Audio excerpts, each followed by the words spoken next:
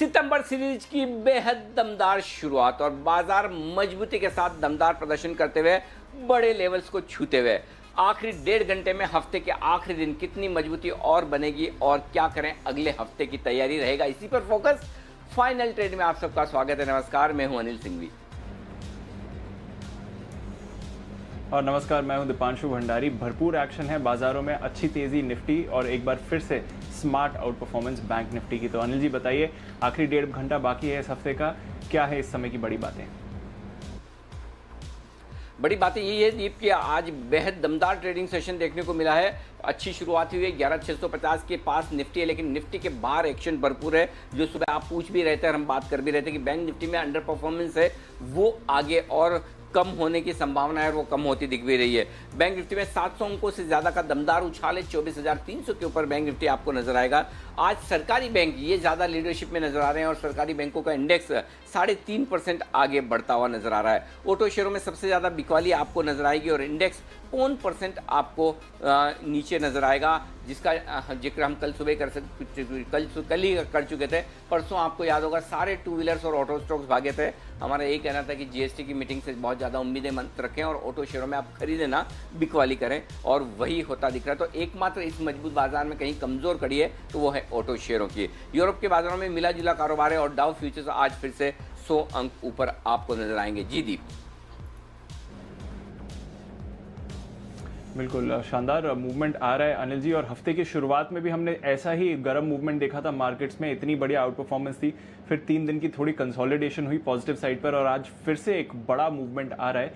किस तरह से देख रहे हैं सर आज का एक्शन, स्पेशली क्योंकि ये हफ्ते के पहले सीरीज के पहले दिन ही आ रहा है? देखिए, वैसे भी हम बात कर रहे थे दीप की सितंबर की सीरीज बड़े मुंह के लिए जानी मानी जाती है और जिस तरह से एफआईज की दमदार रोल ओवर्स हुई है आज, देखिए अंदाजा लगाना और एक फैक्ट के बेस पे कहना, दोनों में बड़ा फर्क है। जब आपके साथ फैक्ट हो तो आपका कॉन्फिडेंस बढ़ जाता है। ये कहने में बड़ा आसान काम है कि पिछले 4 महीनों से तेजी हो रही तो 5वें महीने भी होगी, मोमेंटम स्ट्रांग है, बाजार मजबूत है, तकनीकी तौर पर अच्छा है, वो सबको पता है, उसमें नई बात कुछ भी नहीं है। लेकिन जब आप डेटा देखकर एक एनालिसिस करने की कोशिश करते हो तो बड़ा कॉन्फिडेंस आता है। मैं कॉन्फिडेंस वहीं से लेता हूँ।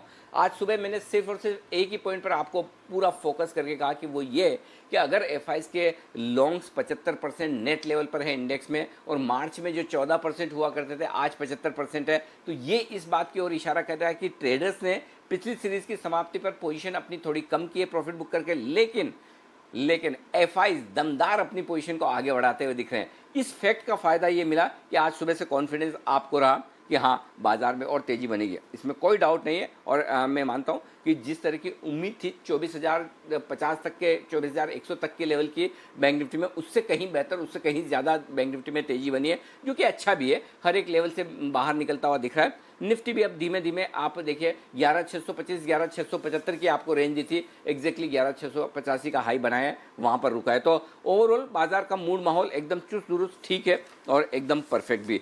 थोड़ी देर में हमारे एक्सपर्ट्स हमारे साथ जुड़ेंगे, उनसे हम उनकी बेहतरीन पिक्स भी लेंगे। बसीन साहब कार्यक्रम में शामिल होंगे और उनसे हम पूछेंगे उनके पसंद के स्टॉक्स। लेकिन तब तक एक बार देख लेते हैं इवेंट्स के लिए हमारे साथ हमारी टीम तैयार है।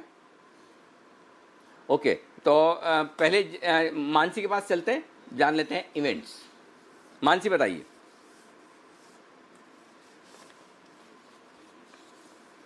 ओके, चलिए, लगता है मानसी का जुड़ना अभी थोड़ा सा बाकी है, तो आइए इस बीच में जो मजबूती होती दिख रही है उस पर एक विश्वेश जी से राय ले लें। विश्वेश जी, इंडेक्स पर आपकी राय? देखिए अनिल जी, मेरा ऐसा मानना है कि मार्केट ओवरऑल एक ब्रेकआउट के मूड में है। बैंक निफ्टी में जिस हिसाब से 23,100 के ऊपर निकला था तो 1000 पॉइंट एक्सपेक्टेड था और एक्जैक्टली हमने वो लेवल तो अचीव कर लिया है। अभी अगर निफ्टी की बात करें और ओपन इंटरेस्ट के पॉइंट ऑफ व्यू से बात करें तो अनिल जी देखिए, नियर एक्सपायरी में 11,500 के पुट में काफी हाई हुआ है। और ऑन दी अदर हैंड अगर आप कॉल साइड देखेंगे अनिल जी, तो मुझे लगता है कि करंट एक्सपायरी के पॉइंट ऑफ व्यू से कि मुझे लग रहा है कि 11,800 के कॉल में आज राइटिंग देखी जा रही है और ऑन दी अदर हैंड 11700 के कॉल में भी अच्छी ओपन इंटरेस्ट है। तो मुझे लग रहा है कि ओवरऑल मार्केट के अंदर एक ऐसा रुझान बना है कि लिमिटेड डाउनसाइड, लिमिटेड अपसाइड। मेरे हिसाब से जिस हिसाब से हम निकल रहे हैं 11700 के ऊपर जैसे ही निकलेंगे तो 11800, 11900 की तरफ जाएंगे और शायद 12000 भी टच करें। लेकिन एक चीज ध्यान रखने की, थोड़ा सा ओवरबोट हो सकता है क्योंकि मार्केट ऑलरेडी बढ़ा हुआ है। तो buy on decline would be my rather strategy, या फिर आप स्प्रेड बना के चलिए। हमने आज सुबह हमारे जो भी क्लाइंट्स हैं उनको रिकमेंड किया 11600, 11800 का 1:2 का स्प्रेड करीबन अराउंड 60 रुपीज के डेबिट में। तो अनिल जी मुझे ऐसा लग रहा है 11600 के ऊपर रहेगा और 11800 के नीचे रहेगा 3 सितंबर के पॉइंट ऑफ व्यू से। तो ये जो हमारा व्यू है ये इनहेरेंट यहाँ से रह सकता है। तो 11600 के ऊपर, 11800 के नीचे 3 सितंबर तक का व्यू यही रहेगा। आपके लिए व्यू ओके, ये है आपके लिए बिल्कुल सीधी सीधी बात है। निफ्टी पर व्यू जो निकल कर आता हुआ दिख रहा है इस वक्त। आइए करते हैं क्लोजिंग शो की शुरुआत बिगुल के साथ और वागले का wonder.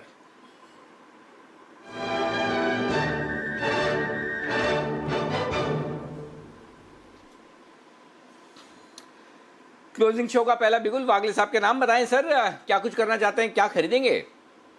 Anil ji good afternoon, Deepanshu good afternoon. बिल्कुल खरीदूंगा, मुझे कोई वीकनेस नहीं दिखाई दे रहा है। स्टॉक स्पेसिफिक अगर आप सही स्टॉक पकड़े तो अच्छी खासी मूव मुझे यहाँ पर दिख रही है। स्टॉक है सन फार्मा, जो बहुत महीनों के बाद मेरे रडार पर ट्रेडिंग बेट करके आया है। 555 25 पैसे का करंट भाव है। मेरा 2 रुपए का बाइंग रेंज है, मुझे 553 के भी नीचे जाते हुए नहीं लग रहा है। 549 का मेरा 1% का स्टॉप लॉस के दायरे में बैठ रहा है और मेरा पहला टारगेट 570 का है जो शायद आज ही आ जाएगा। दूसरा टारगेट 590 का है जो मंडे ट्यूसडे तक आ जाना चाहिए। और मेरा अनिल जी ये दावा है या मैं मानना है, स्ट्रॉन्ग कन्विक्शन है कि Sun Pharma stock of the next week और stock of the next month हो सकता है। 600 के भी ऊपर 610 तक अगले महीने में जाएगा, मैं सरप्राइज नहीं हूंगा। ओके, तो क्या बात है, सन फार्मा पे बेहद बुलिश है इस वक्त आपके लिए।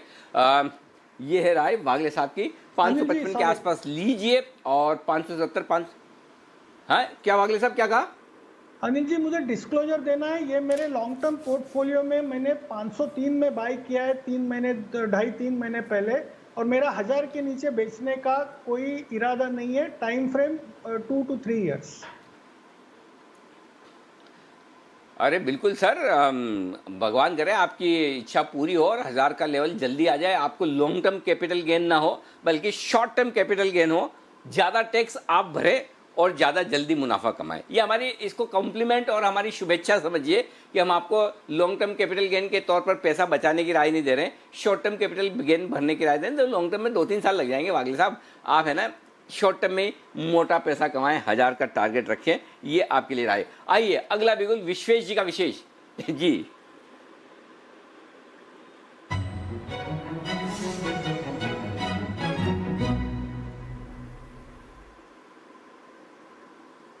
बताएं विश्वेश जी।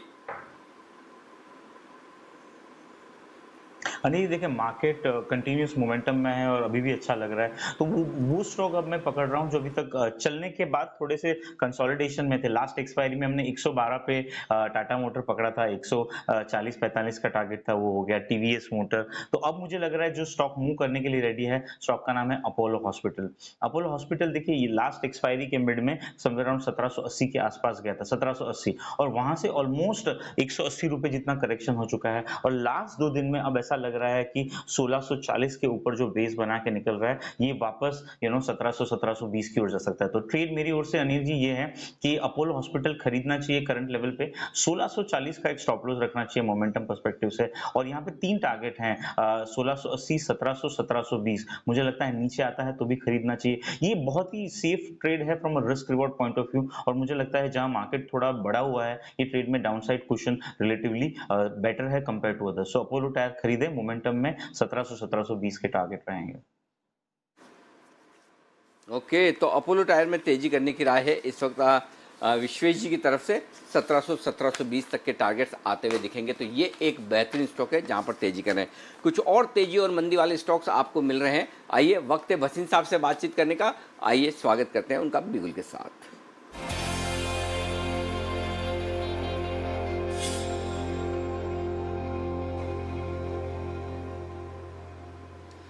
जी वसीम साहब बताएं सर, पहले तो अपडेट और उसके बाद आपकी फ्रेश कॉल्स लेता हूं सर। अनिल जी, आपको खड़े होके कहा था 287, 290, 300 रुपए पे बंधन बैंक 325 रुपए हो गया और स्टेट बैंक 225 रुपए। दोनों कॉल्स बड़ी आपको जोर से कही थी और देखिए क्या पैसा बना है। पीएसयू बैंक्स में बहुत रौनक है। कैन बैंक का 110 ग्याला वाला 115-16 हो गया। और अभी जो मैं 2 बाय कहने वाला हूँ सर, मेरी कन्विक्शन कॉल्स हैं जिनको मैं कंटिन्यू कर रहा हूँ। दोनों पीएसयूज हैं जी और आपने तो मैं बताएं। स्टार्ट करूँ। जी बताएं सर प्लीज। हाँ तो सर पहला मेरा पिक होएगा BHEL 40.40-41 का भाव है। BHEL will be the biggest. पहले टारगेट दे दूं 39.25 का स्टॉप लॉस और 48 का टारगेट। ये आपको ध्यान है 23, 24, 25, 30 काफी टाइम मैंने कहा और ये शेयर आउट परफॉर्म किया है। अब BHEL आत्मनिर्भर, मेक इन इंडिया और सारा डिफेंस जो टारगेट है उसमें सब में BHEL विल बी यूटिलाइज। उसके अलावा BHEL owns one of the largest land bank जो PSUs के पास है और इस कारण से उसकी री रेटिंग इमिनेंट है। दूसरा मेरा पिक है अगेन जो सबसे सस्ता और टिकाऊ बैंक है और जो री ऑर्गेनाइजेशन और री रेटिंग हो रही है PNB बैंक 36.5, 36.5 में लीजिए। ये अब 50 की तरफ जाएगा लेकिन अभी आपको प्रॉफिट लेना चाहिए अराउंड 45, लेकिन एंड में टारगेट 50 का ही होगा। स्टॉप लॉस रखिए 34.34 का सर। ओके तो दोनों यहाँ पर आज एक तो भेल और दूसरा पीएनबी, दो खरीदारी करने की राय है। भेल 40.41 में लीजिए, 39.25 का स्टॉप लॉस, 48 का टारगेट रखिए। पीएनबी 36.25, 36.50 की रेंज में खरीदिए, 34.25 का स्टॉप लॉस, 45 और 50 का टारगेट। कोई शॉर्ट कॉल तो नहीं है सर आज? नहीं आज नहीं है अनिल जी, आज यही दोनों है। आज मार्केट का मोमेंटम पहला दिन भी है। We will wait. Okay ji बिल्कुल sir, thank you very much. 2:50 पर आपसे फिर होगी मुलाकात। और भेल आज 11 बजे वाले शो में मैंने भी रिकमेंड किया था चैंपियन स्टॉक्स के तौर पर कि ये एक स्टॉक है जिसकी री रेटिंग होना तय है, तो भेल एक बढ़िया इन्वेस्टमेंट पिक हो सकती है। शॉर्ट टर्म टारगेट्स आप 48 रुपये के लेकर चल सकते हैं इस वक्त भेल के लिए। आइए कुणाल जी और राकेश जी तैयार है अपने एल्गो ट्रेड के साथ बिगुल।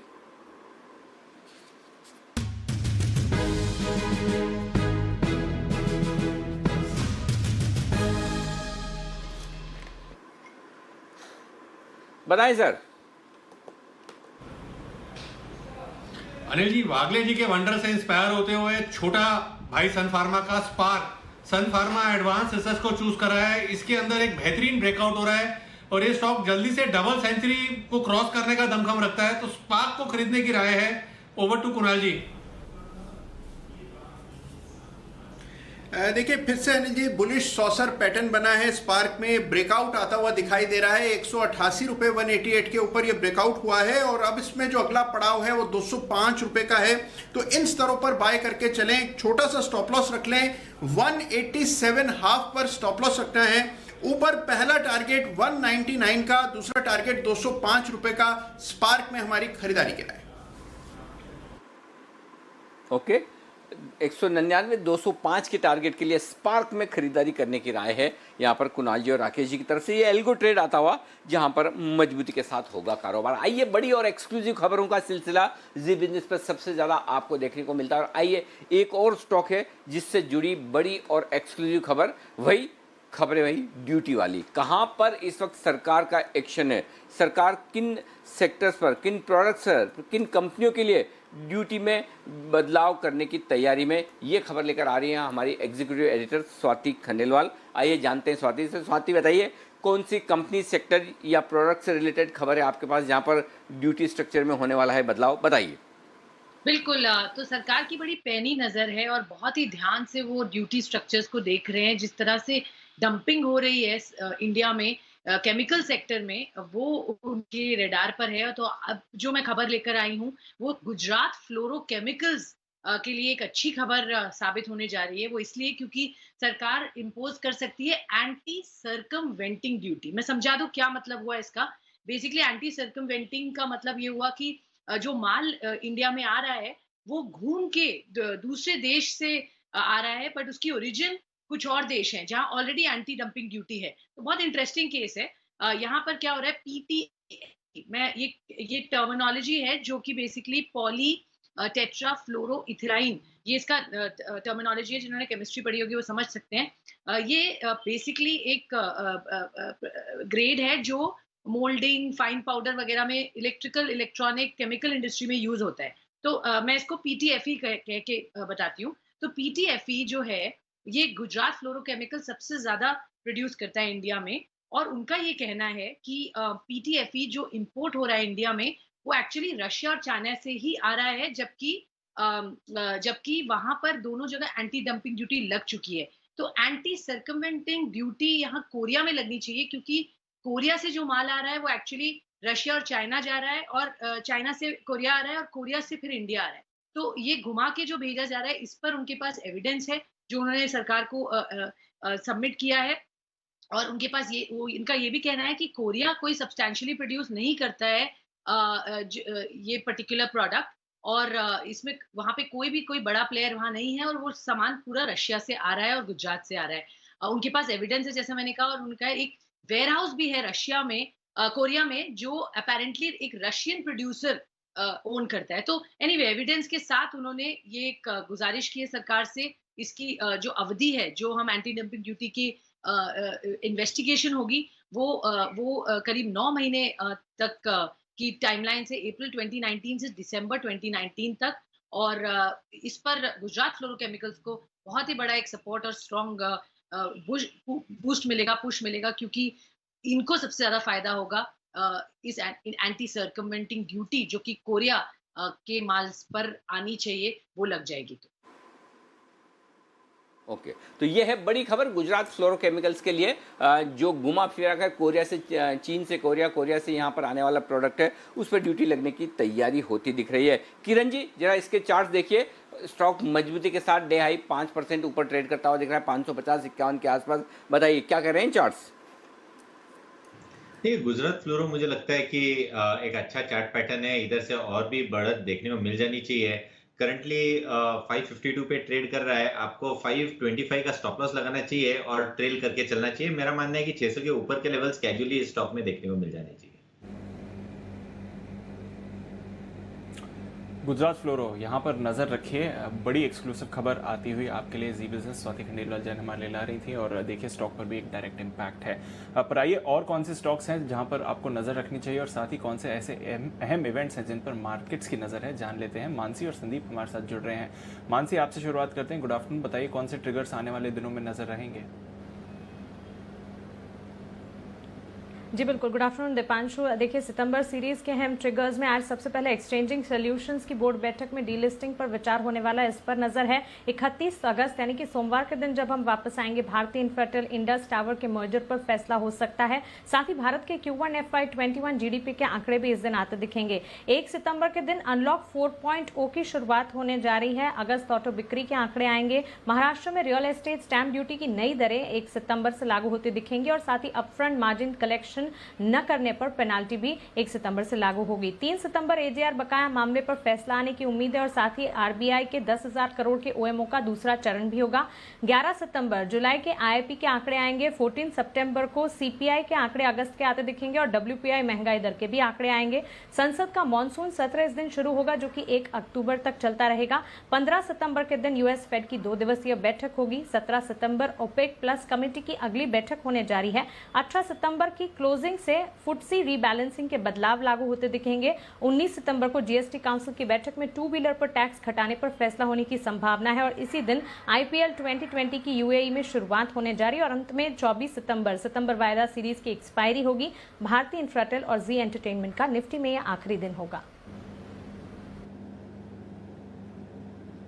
ओके, नजर रहिए, ये हैं आपके लिए पूरी सीरीज के अहम इवेंट्स और ट्रिगर्स जहां पर आपको नजर रखनी चाहिए। संदीप भी हमारे साथ हैं बताने के लिए कौन से वो खबरों वाले स्टॉक्स हैं जो एक्शन में आए हैं मार्केट्स खुलने के बाद। गुड आफ्टरनून संदीप, बताइए। Good afternoon Deepanshu. सबसे पहले नतीजों की बात करें तो एपेक्स फ्रोजन, इसका मुनाफा हल्का बढ़ता हुआ दिखा है। पहली तिमाही में 8.3 करोड़ था, 8.4 करोड़ हुआ है। आय फ्लैट रही है, 221 करोड़ वाली 218 करोड़ आई है, तो उसका जो इम्पैक्ट है स्टॉक पे देखने को मिल रहा है। जीपी पेट्रो, ये कंपनी मुनाफे से घाटे में आई है। 4 करोड़ का मुनाफा था, उसके सामने 2 करोड़ का घाटा है। आय भी आप देखिए लगभग आधी होती हुई दिखी, 135 करोड़ वाली 80 करोड़ रुपए के आसपास आती हुई दिखी है। सिप्ला के लिए सूत्रा के हवाले से खबर आती हुई दिखी है कि सिप्ला को कुछ कच्चे माल के इंपोर्ट के लिए मंजूरी मिली है। दिसंबर 2022 तक इनको कच्चे माल का इंपोर्ट ये कंपनी कर पाएगी। इनफैक्ट मॉर्फिन, कोडिन, थेबाइन जैसे जो कच्चे माल की इंपोर्ट है उसको मंजूरी मिल गई है, जिसका दवा बनाने और उसके एक्सपोर्ट में इस्तेमाल होगा। साथ ही साथ हमारी जो एक्सक्लूसिव खबर है, BHEL IOC को लेकर, बैटरी मैन्युफैक्चरिंग को लेकर अगले हफ्ते एक अहम बैठक होने वाली है, जिसमें वित्त मंत्रालय, नीति आयोग, ऊर्जा मंत्रालय के अधिकारी शामिल होते हुए दिखेंगे। बैटरी मैन्युफैक्चरिंग के लिए सरकार PLI स्कीम तैयार कर रही है, जिसमें प्लांट और कच्चा माल दोनों देश में ही तैयार करने की जो बातचीत है वो यहाँ पे इस पर जोर दिया जा रहा है। 5 साल में 50,000 मेगावाट बैटरी क्षमता का लक्ष्य है, जिसमें BHEL और IOC बैटरी प्लांट लगाने में बड़ा निवेश करते हुए दिख सकते हैं। नॉस्टिल को लेकर भी हमारी एक एक्सक्लूसिव खबर आ जाए कि रबर केमिकल PX13 नाम का ये उत्पाद है, जिसके इंपोर्ट की जो जांच है वो हो सकती है। दरअसल कंपनी ने शिकायत करी थी कि चीन, कोरिया और US यहाँ से जो इंपोर्ट होता है, वहाँ से जो डंपिंग होती है उसकी जांच की जाए, और इसका इस्तेमाल है वो दरअसल टायर बनाने में होता है, और ये कंपनी उसकी सबसे बड़ी उत्पादक है, उसका रिएक्शन देखने को मिल भी रहा है। स्टील शिप्स व्हील्स, यहाँ पे इनको यूरोप से 2.5 लाख यूरो का एक ऑर्डर हाथ लगा है, उसका इंपैक्ट स्टॉक पे देखने को मिल रहा है। ICICI सिक्योरिटीज पे नजर रखिए। कल हमने आपको बताया था कि ICICI बैंक जो इनका पेरेंट है वो 2% हिस्सा बेच सकता है। आज वो हिस्सा बिक्री हो चुकी है, जो हिस्सा बिक्री हुई है 2% की, उसके बाद आप देखिए जो ICICI बैंक की हिस्सेदारी बची है अब 77.2% की है। डॉक्टर रेड्डीज, एक अच्छी खबर इनके लिए आई है US FDA की ओर से। इनके जो 3 प्लांट्स हैं वहां से जो वार्निंग है वो हटा ली गई है US FDA की ओर से। आपको बता दें 2015 में जो 3 प्लांट्स हैं उनको वार्निंग लेटर जारी किए गए थे। और आखिर में ITI स्टॉक पे नजर रखिए। सरकार का 90% के आसपास का हिस्सा है, और शेयर होल्डिंग नियम पूरा करने के लिए कई विकल्पों पर विचार किया जा रहा है, जिसमें हो सकता है कि शायद OFS लाने के ऊपर भी विचार किया जाए कंपनी की ओर से। तो ये है वो तमाम खबरें जिन पर आज एक्शन आपको देखने को मिल रहा है। इसी खबर के दम पर जबरदस्त एक्शन आपको नजर आ रहा है। आइए एक्शन को बढ़ाते हैं आगे, और आशु सर हमारे साथ हैं। एक बार आशु सर से ले लें जल्दी से, अगर उनका अपडेट कोई है तो, और साथ ही कोई किसी चीज़ का स्प्रेड वो करना चाहें।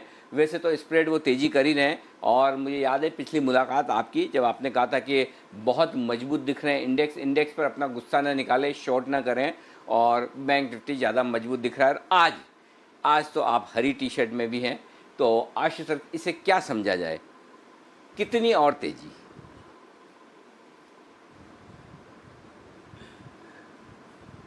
अनिल जी, बाजार में पकड़ बरकरार है। इंडेक्स से बिल्कुल गुस्सा नहीं करना। 50 पॉइंट नीचे आए तो वो लेने वाला है।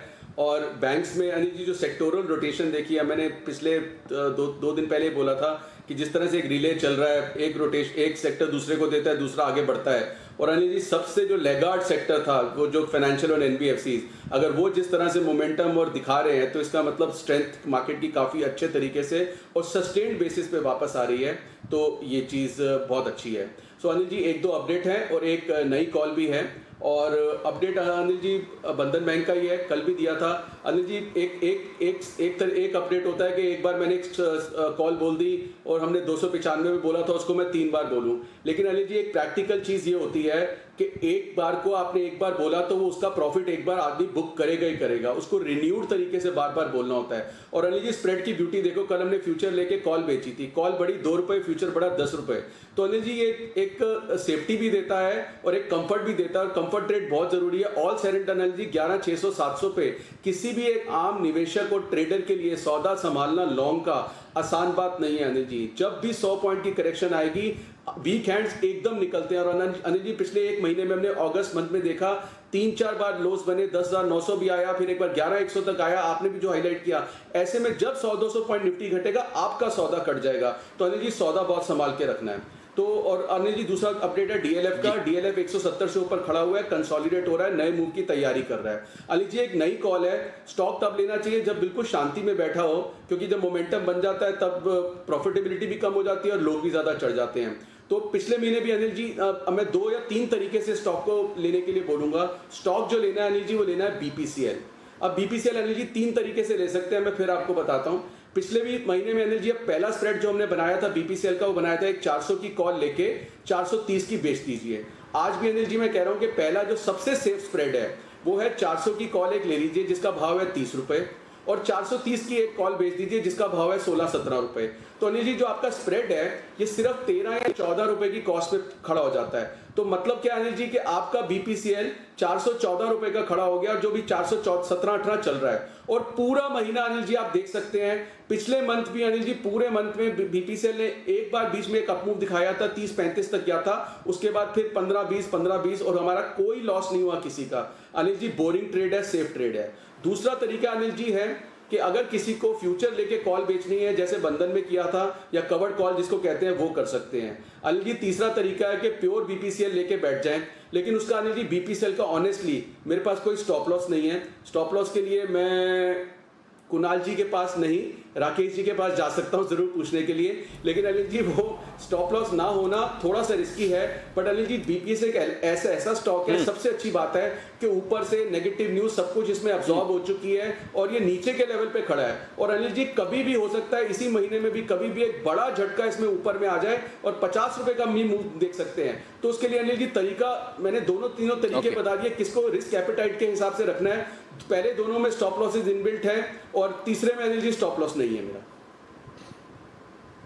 ओके, तो चलिए ये है आपके लिए बीपीसीएल में खरीदारी करने की राय। बंसल जी जरा बीपीसीएल में अगर फ्यूचर्स में खरीदारी की जाए तो स्टॉप लॉस बता दें, आप क्या रखना चाहिए। ये है आशुष जी की विशेष रिक्वेस्ट, आप फ्री में बताना चाहें फ्री में बता लें, और अगर आप विद चार्जेस बताना चाहें तो आप अपने आप वसूल करें, हमारी कोई जिम्मेदारी नहीं। जी बताएं। देखिए बीपीसीएल में स्टॉप लॉस लगेगा 407 क्लोजिंग बेसिस पर। 407 के नीचे की क्लोजिंग है बीपीसीएल में, तब निकलना चाहिए। दूसरा अनिल जी मैंने भी बीपीसीएल पे कॉल दिया और मेरा मानना है कि इसको 4 से 6 महीने होल्ड करना चाहिए। कंजर्वेटिव बेसिस पे 30% की अपसाइड देखने को मिलेगी, तो बाय एंड होल्ड की राय है। जो स्टॉप लॉस लगाना चाहे 407 के नीचे की क्लोजिंग है तब निकलना है यहाँ से। ओके, 407 के नीचे बंद हो तो ही आपको चेंज करना। आइए सुमित जी तैयार है अपने सुपरहिट शेयर के साथ।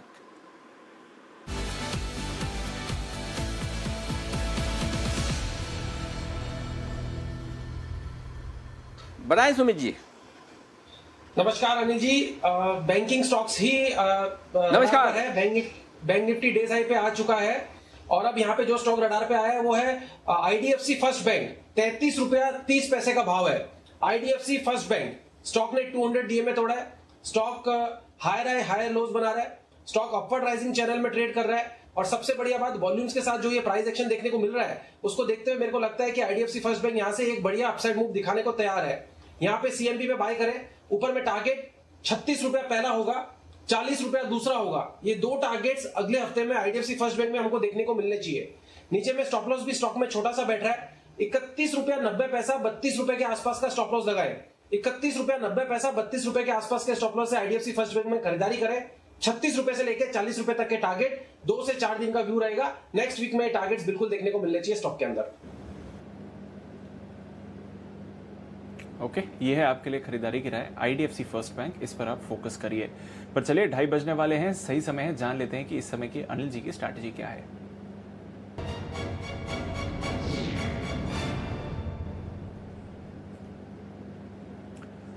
अनिल जी, ग्लोबल क्यूज वैसे तो मजबूत ही रहे हैं, थोड़ा उतार चढ़ाव आज हमने डाउ फ्यूचर्स में देखा है। थोड़ी देर पहले डाउ फ्यूचर्स फिसले थे, वहां से 100 अंकों की रिकवरी भी आई। अब 150 अंक ऊपर आपको डाउ फ्यूचर्स दिख रहे हैं। नैस्डैक फ्यूचर्स कल एक बार फिर नया रिकॉर्ड बनाने के बाद इस समय एकदम सपाट ट्रेड कर रहे हैं। यूरोप की जरूर थोड़ी सुस्त शुरुआत हुई है, बट ज्यादा भारी गिरावट नहीं है सर, एकदम फ्लैट यूरोप का भी ट्रेड हो रहा है। और एशिया में भी आज ज्यादातर पॉजिटिव ही ट्रेड हुआ था। सिर्फ जापान के बाजार 1.5% गिरे थे, क्योंकि खबरें आ रही हैं कि शायद उनके प्राइम मिनिस्टर रेजिग्नेशन दे दें हेल्थ इश्यूज की वजह से। पर उसके अलावा एशिया भी काफी पॉजिटिव रहा है, तो काफी पॉजिटिव ही रुझान है सर। जहां तक ग्लोबल मार्केट्स का सवाल है, बताइए इस तेजी में हमें क्या करना चाहिए। बिल्कुल तेजी में बरकरार रहना है, और दीप कुछ बड़े इंटरेस्टिंग डेटा बनकर आ रहे हैं जो कि और ज़्यादा तेजी की तरफ इशारा कर रहे हैं, वो बहुत ही इंटरेस्टिंग है। अच्छा, तेजी की तरफ तो इशारा कर ही रहे हैं, आपको मार्केट की डाउन साइड रिस्क क्या है वो भी बता रहे हैं। देखिए, पहले निफ्टी की बात करते हैं। 11,500 पर वीकली सीरीज का हाईएस्ट ओपन इंटरेस्ट है निफ्टी का 26 लाख शेयरों का, वो आपके लिए बेस्ट हो गया। रुकावट का लेवल बनता है 11,600। अब 11,600 क्या आप इतना ऊपर हैं, 11,655 पर हैं आप, और रुकावट का लेवल वहाँ है, क्योंकि हाईएस्ट ओपन इंटरेस्ट कॉल्स में 11,600 पर है और 22 लाख शेयरों का। अब आप उसके पार निकल गए, ये सबसे बड़ा पॉजिटिव है। अगर कोल्स का हाईएस्ट ओपन इंटरेस्ट आप सीरीज के पहले दिन ही पार कर लेते हैं तो ये बताता है कि कितनी मजबूती है और कितनी शॉर्ट कवरिंग के संभावना या निचले स्तरों पर कितना सपोर्ट आने की आप उम्मीद कर सकते हैं। तो अब आपके लिए 11,575 11,600 स्ट्रॉन्ग सपोर्ट हो गया। 11,600 के पार निकलते ही सीरीज के पहले ही दिन 38 लाख शेयर शॉर्ट हैं कॉल्स में, जो मैं वीकली सीरीज की बात कर रहा हूँ, और अगर 11,650 को भी गिन लें तो 48 लाख शेयर शॉर्ट है। तो 50 lakh share call writers already risk पर हैं, ये बाजार को नीचे नहीं आने देंगे। तो 50-75 पॉइंट नीचे आए तो इन्हीं की तरफ से खरीदारी आ जाएगी और ऊपर। अब जो मेरा नेक्स्ट टारगेट है निफ्टी का वो नोट कर लें दीप। नेक्स्ट टारगेट निफ्टी का 11,775 11,775 11,775 ये अगला टारगेट बनेगा। देखिए 11,625 11,675 का जो टारगेट था वो हासिल हुआ। वन एट ए टाइम आराम से एक के बाद एक आप टारगेट को आगे लेकर चलते चलें।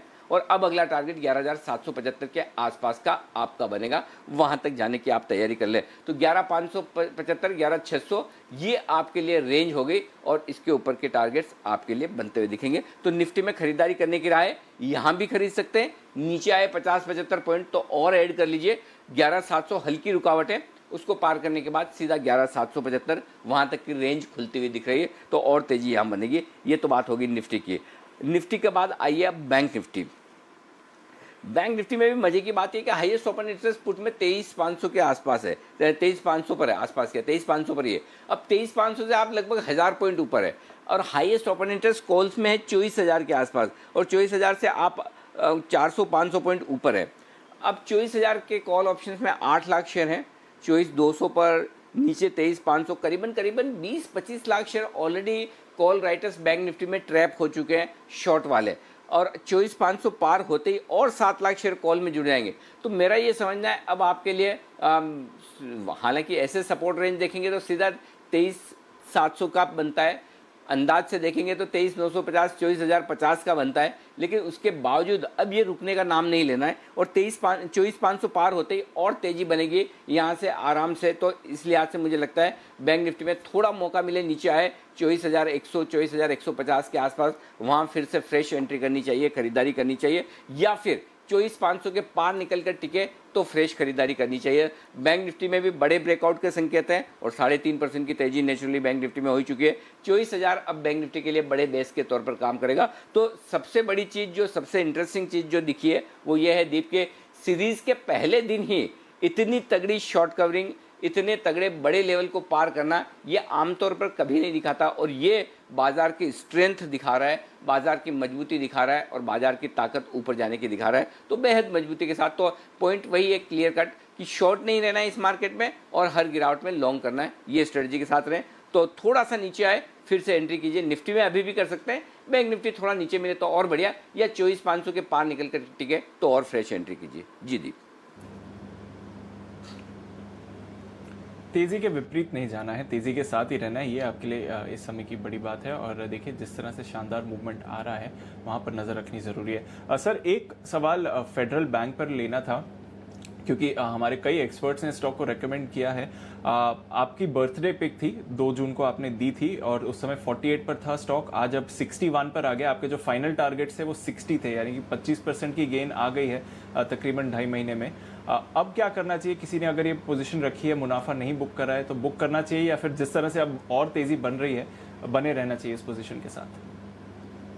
नहीं दीप, अभी बने रहना चाहिए, अभी कोई जल्दबाजी नहीं करनी चाहिए। हाँ, जिनको शॉर्ट टर्म टारगेट है वो अपनी अलग बात है, लेकिन जिस तरह का बैंक निफ्टी का ब्रेकआउट है, जिस तरह से सरकारी बैंक, प्राइवेट बैंक सब चल रहे हैं, लेकिन एक चीज़ बताऊं, इसमें कोई बहुत बड़ा कमाल नहीं है दीप। 3 महीने में 25-30% 30% बढ़ना कौन सी बड़ी बात है इस तरह के मार्केट में। तो ठीक है, हाँ ये कई बार होता है कि हम कहते हैं कि तेज़ी लेकिन खरीदे क्या, तो वो क्या खरीदें वो बताने जितना ही हमारी कलाकारी है। बाकी तो इस मार्केट में सब कुछ चला है, तो अगर मैंने फेडरल बैंक बोला है तो मैंने कोई कमाल नहीं किया है, मैं बहुत ईमानदारी से ये एक्सेप्ट करना चाहता हूँ। कुछ और भी रिकमेंड किया होता बैंक तो वो भी चल जाता, मैं नहीं करता, कोई और रिकमेंड करता तो भी चल जाता। तो इसमें नो डाउट मार्केट का पूरा योगदान। हाँ, मैं बहुत खुश तब होता जबकि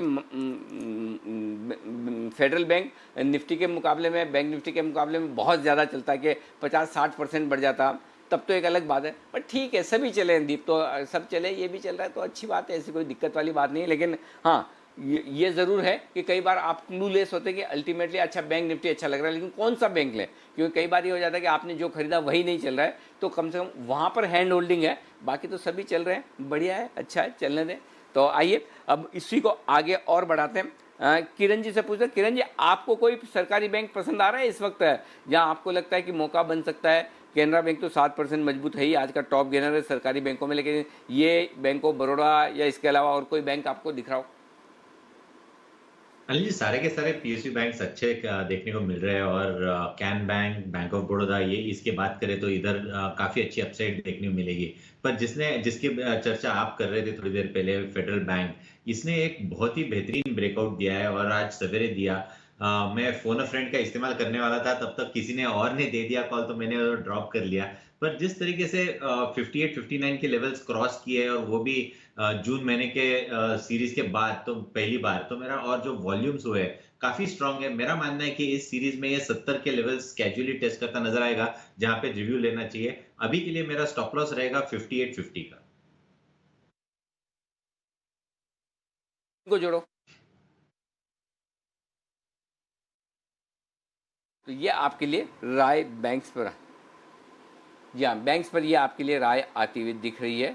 ओके, तो कुल मिलाकर मजबूती के साथ ही कारोबार होता हुआ दिख रहा है। कुछ कैश के स्टॉक से मैं देख रहा हूँ कि वहाँ पर फोकस किया जाए जहाँ बढ़िया तेज़ी बनती हुई दिख रही है और एक्शन भरपूर हुआ है। वैसे तो आज स्टॉक्स ऐसे हैं जो कमाल का प्रदर्शन करते दिख रहे हैं, लेकिन एक स्टॉक जो कुणाल जी, राकेश जी को भी पसंद था और जैन साहब ने भी आज रिकमेंड किया, महिंद्रा ईपीसी।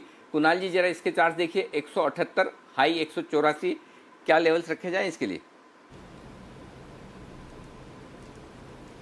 अनिल जी देखिए, अभी भी होल्ड करने की राय है। आज जिस तरह का क्लोज आता हुआ दिख रहा है, एक ब्रेकआउट है 173 रुपए के ऊपर, और इसमें जो अगला पड़ाव है अनिल जी वो 190 रुपए के आसपास है। 190 पर अगला रेजिस्टेंस चार्ट पर नजर आता है, और 190 स्टॉक ने पार किया तो फिर इसमें एक फ्रेश ब्रेकआउट होगा और 230 तक के लेवल्स भी देखने को मिल सकते हैं। तो स्ट्रक्चर बहुत स्ट्रांग है, आज ब्रेकआउट है और एक पैटर्न बना हुआ है, तो इन स्तरों पर बिल्कुल बाय करके चलें। और साथ ही अनिल जी, मेरे और राकेश जी के पास एक चार्ट कॉर्नर की कॉल है, तो अगर बिगुल खाली हो तो बजवाएं। बिल्कुल, बिगुल खाली तो है, लेकिन आप बिगुल के लिए ना 1 मिनट में देख लेता हूँ आप लाइन में हैं क्या? नहीं, अरे सबसे पहले आप ही हैं। चलिए, कुणाल जी और राकेश जी के लिए बिगुल, और उसके बाद विश्वेश जी का भी नंबर है, और वैसे उनके बीच में नितिन जी भी हैं। तो पहले कुणाल जी, राकेश जी।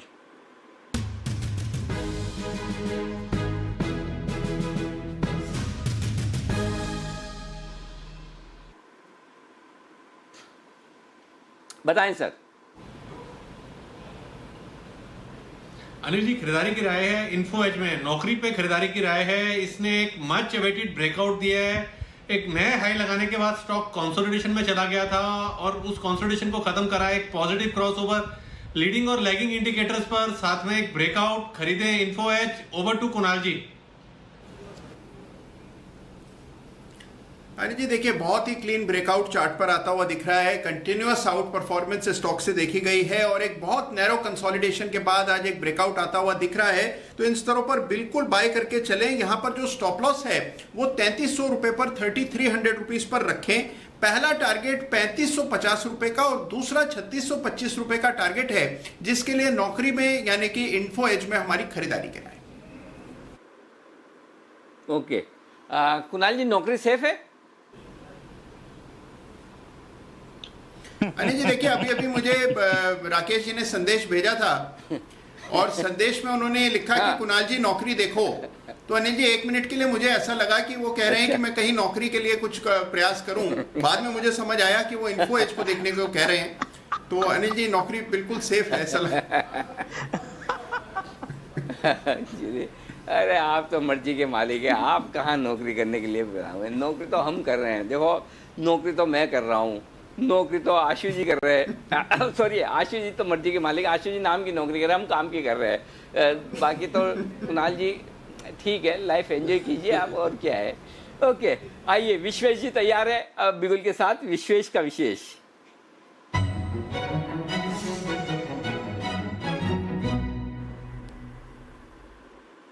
बताएं विश्वेश जी।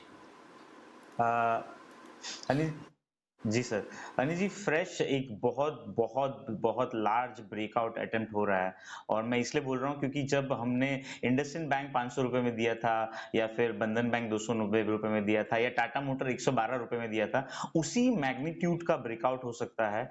और स्टॉक का नाम है एसआरटी ट्रांसफिन, करीबन 780 के आसपास चल रहा है। और जिस मैग्नीट्यूड का ये ब्रेकआउट है, ये बहुत ही लार्ज एनबीएफसी स्पेस में मुझे लगता है इसने सबसे ज्यादा अंडर परफॉर्म किया है। बजाज फाइनेंस हो गया या फिर दूसरी एनबीएफसी बैंकों की, उसके कंपेयर में ये चला ही नहीं है। और जिस मैग्नीट्यूड का ये ब्रेकआउट है, 3 महीने का साइडवेज कंसोलिडेशन ट्रायंगल फॉर्मेशन में, और अब निकल रहा है, तो मुझे लग रहा है ये स्टॉक बहुत ही जोर से यहाँ से चल सकता है। करीबन 780 के आसपास चल रहा है, छोटा सा 760 का स्टॉप लॉस होगा, और मेरे 3 टारगेट होंगे ये स्टॉक के अंदर। जिस हिसाब से मोमेंटम है, मुझे लग रहा है कि अपसाइड में आप इस स्टॉक में 800, 820, 840 तक के भी टारगेट एक्सपेक्ट कर सकते हो। नीचे आइए तो भी खरीदिए। और जिस मैग्नीट्यूड का ये कंसोलिडेशन है, I am very very upbeat on this sector, और मुझे लगता है यहाँ से ये स्टॉक नहीं चला है तो चलने के चांसेस बहुत ज्यादा है। ओके, 800, 820 और 840 ये हैं टारगेट आपके लिए विश्वेश जी की तरफ से। श्रीराम ट्रांसपोर्ट, विश्वेश जी ये वैसे ही भागेगा ना बंधन बैंक की तरह वाले, वैसे ही है ना मूव? मतलब सर, ये देखिए जिस लेवल का कंसोलिडेशन है, ये मैं आपको लिटरली अगर पॉसिबल होता तो चार्ट दिखाता। मार्च 2020 से 4 बार इसने 780 के लेवल को टेस्ट किया, 780, 85 के लेवल को, और कभी नहीं किया, कभी क्रॉस नहीं किया। आज स्टॉक में 1 करोड़ शेयर का वॉल्यूम हो चुका है। 800 के कॉल में at the start of the series 7.5 lakh share है। और जिस कंसोलिडेशन, जिस साइडवेज जोन से हम निकल रहे हैं, और जिस हिसाब से मार्केट में मूवमेंट है, मुझे लगता है 5 to 7% तो डेफिनेटली स्टॉक को मूव करना चाहिए। तो देखिए फ्यूचर में क्या होगा वो हमारे हाथ में नहीं है, but at this moment data, chart, volume, everything is supporting of at least 10% sort of a move from the current level, तो डेफिनेटली खरीदना चाहिए एनर्जी। इनफैक्ट मेरा ऐसा मानना है कि यहाँ से अगर दूसरा सेक्टर सेटबैक लेता है, तो मुझे लगता है कि एनबीएफसी स्पेस में आउट परफॉर्म करेगा। ओके, तो ये है श्रीराम ट्रांसपोर्ट पर आपके लिए राय। आइए लगाएं निफ्टी पर निशाना, निशानेबाज नितिन मुरारका हमारे साथ हैं।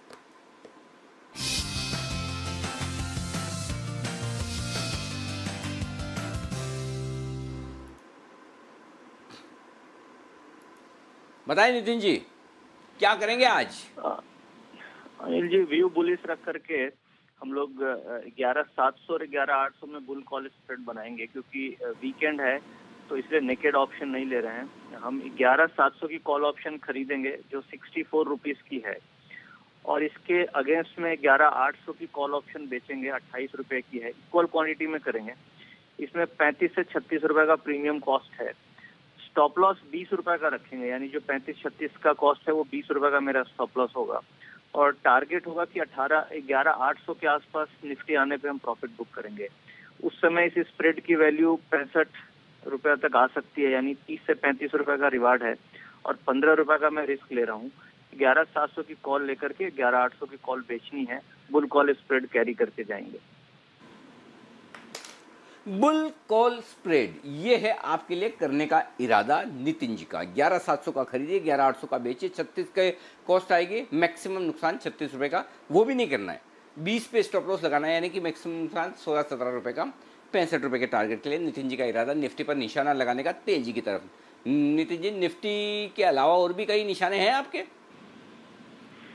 जी, बैंक निफ्टी ऑलरेडी मूव कर चुकी है, बहुत ज्यादा 800 पॉइंट ऊपर है, तो बैंक निफ्टी में कोई डिप मिले तो मौका मिलेगा, बट निफ्टी में उतनी बड़ी मूव नहीं आई है, तो मुझे लग रहा है निफ्टी कैचअप करना चाहिए नेक्स्ट वीक में, इसलिए केवल निफ्टी पे लेना चाह रहे हैं। बैंक निफ्टी में डिप आएगी तो फिर हमको स्टार्ट करेंगे। ओके, चलिए इंतजार करें डिप का। डिप मिले तो बैंक निफ्टी में भी करें खरीदारी, और निफ्टी तो खरीदना ही है। आइए बड़ी और एक्सक्लूसिव खबर, इस बार जुड़ रहे हैं हमारे साथ नई दिल्ली से चेतन भूटानी, हमारे संवाददाता। देखते हैं शुगर सेक्टर को लेकर चेतन लाए हैं एक बड़ी और एक्सक्लूसिव खबर। चेतन बताइए, क्या है आपके पास खबर शुगर सेक्टर को लेकर? सर, एक बहुत बड़ी खबर यहाँ पे आते हुए, और रिलीफ एक शुगर कंपनीज के लिए यहाँ पे आते हुए, जो स्कीम थी support promotion of biomass based congregation in sugar mills, उसकी जो 2017 में स्कीम बनाई गई थी, उसको अब 2018-19-20 के बाद 1 साल के लिए और आगे जाकर उसको एक्सटेंड कर दिया गया है। दैट मीन जो सेंट्रल फाइनेंशियल असिस्टेंस 170 करोड़ रुपए की जो भारत सरकार उन चीनी मिलों को देती है जो कांग्रीगेशन प्रोजेक्ट्स बनाते हैं, जो बायोमास से इलेक्ट्रिसिटी प्रोड्यूस करते हैं, ताकि उनको बहुत फायदा हो सके, ताकि हिंदुस्तान में एक कल्चर इकोसिस्टम बन सके कि बायोमास और वेस्ट जैसे industrial residues, crop residues, sugar waste, bagasse, इन सब के वेस्ट के ऊपर जो भी इंडस्ट्रियल अपनी इलेक्ट्रिसिटी प्रोड्यूस करेगा उसमें भारत सरकार 170 करोड़ रुपए की हेल्प करती है। तो ये स्कीम 2017 में 2017-18 में शुरू करी गई थी, 2019-20 तक बनी, 20 में अभी जो कोविड हो गया, लेकिन फिर भारत सरकार ने फैसला ले लिया है, और जो मेरे सोर्सेज मुझे बता रहे हैं कि ये नोटिफिकेशन 2021 तक का बहुत जल्द आने वाला है। जी बिजनेस आपको सबसे पहले ये नोटिफिकेशन बता रहा है कि हाँ, नोटिफिकेशन आने वाला है, और बायोमास बेस्ड पावर जनरेशन में भारत सरकार का फोकस है। तो डेफिनेटली जो चीनी मिले हैं जैसे द्वारकी शुगर, त्रिवेणी शुगर, बलरामपुर चीनी, इन सबको बहुत फायदा होगा, क्योंकि ये कंपनीज और आगे जाकर बायोमास से रिलेटेड पावर प्रोड्यूस करने में काफी इंटरेस्टेड रह चुकी हैं। तो काफी अच्छी खबर चीनी मिलों के लिए यहाँ पे आते हुए। अब देखना बाकी रह गया है कि कौन सी और कंपनीज जो आगे आकर इस स्कीम में पार्टिसिपेट करेंगी। तो ये आपके लिए है शुगर कंपनियों को बायोमास प्लांट लगाने पर राहत मिलती हुई दिखेगी। ये अवधि बढ़ाई गई है, मार्च 2021 तक अब बायोमास प्लांट लगा पाएगी शुगर कंपनियां। ये है आपके लिए एक बेहतरीन खबर आती हुई इस वक्त चेतन की तरफ से। चेतन, बहुत बहुत शुक्रिया ये बेहतरीन खबर देने के लिए। आइए अब एक बिगुल स्विंग के सुल्तान आशु मैदान के लिए।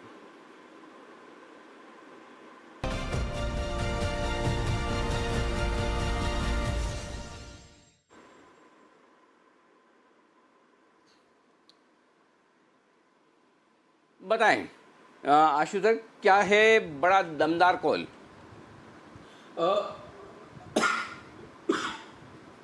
अनिल जी, लेने की राय है तुरंत प्रभाव से, जो कुणाल जी की लैंग्वेज है, एसबीआई लाइफ में। अनिल जी 854.55 का भाव चल रहा है फ्यूचर का, इसी भाव पे लेना है अनिल जी। इसी भाव पे हमने अभी क्लाइंट्स को कॉल दी है, और स्टॉप लॉस होगा अनिल जी 10 रुपये नीचे का, सिर्फ 840 का लगा लें, और टारगेट है अनिल जी 900 रुपये का। तो मुझे लगता है अनिल जी एसबीआई लाइफ में ज़रूर खरीदारी करनी चाहिए। जिस तरह फाइनेंशियल में मोमेंटम बना हुआ है वो उसमें ज़रूर पार्टिसिपेट करना चाहिए। But Anil ji, having said that, SBI Life लेना है, एचडीएफसी लाइफ नहीं लेना है। अच्छा आशु जी, एक चीज़ बताइए, इतने सारे आप कॉल्स देते हैं, स्पेशली जब भी आपको बेचना होता है, कुछ भी करना होता है, आज तक आप कभी खांसे नहीं, आज तक आप कभी फंबल किए नहीं, अटके नहीं। बड़ी मुश्किल से एक एसबीआई लाइफ का तेजी का कॉल आया तो आपका गला खराब हो गया, एकदम से खांसने से लगे, जिसमें मतलब निकल ही नहीं रहा है बाहर, बहुत मुश्किल हो रही है। ऐसा क्यों?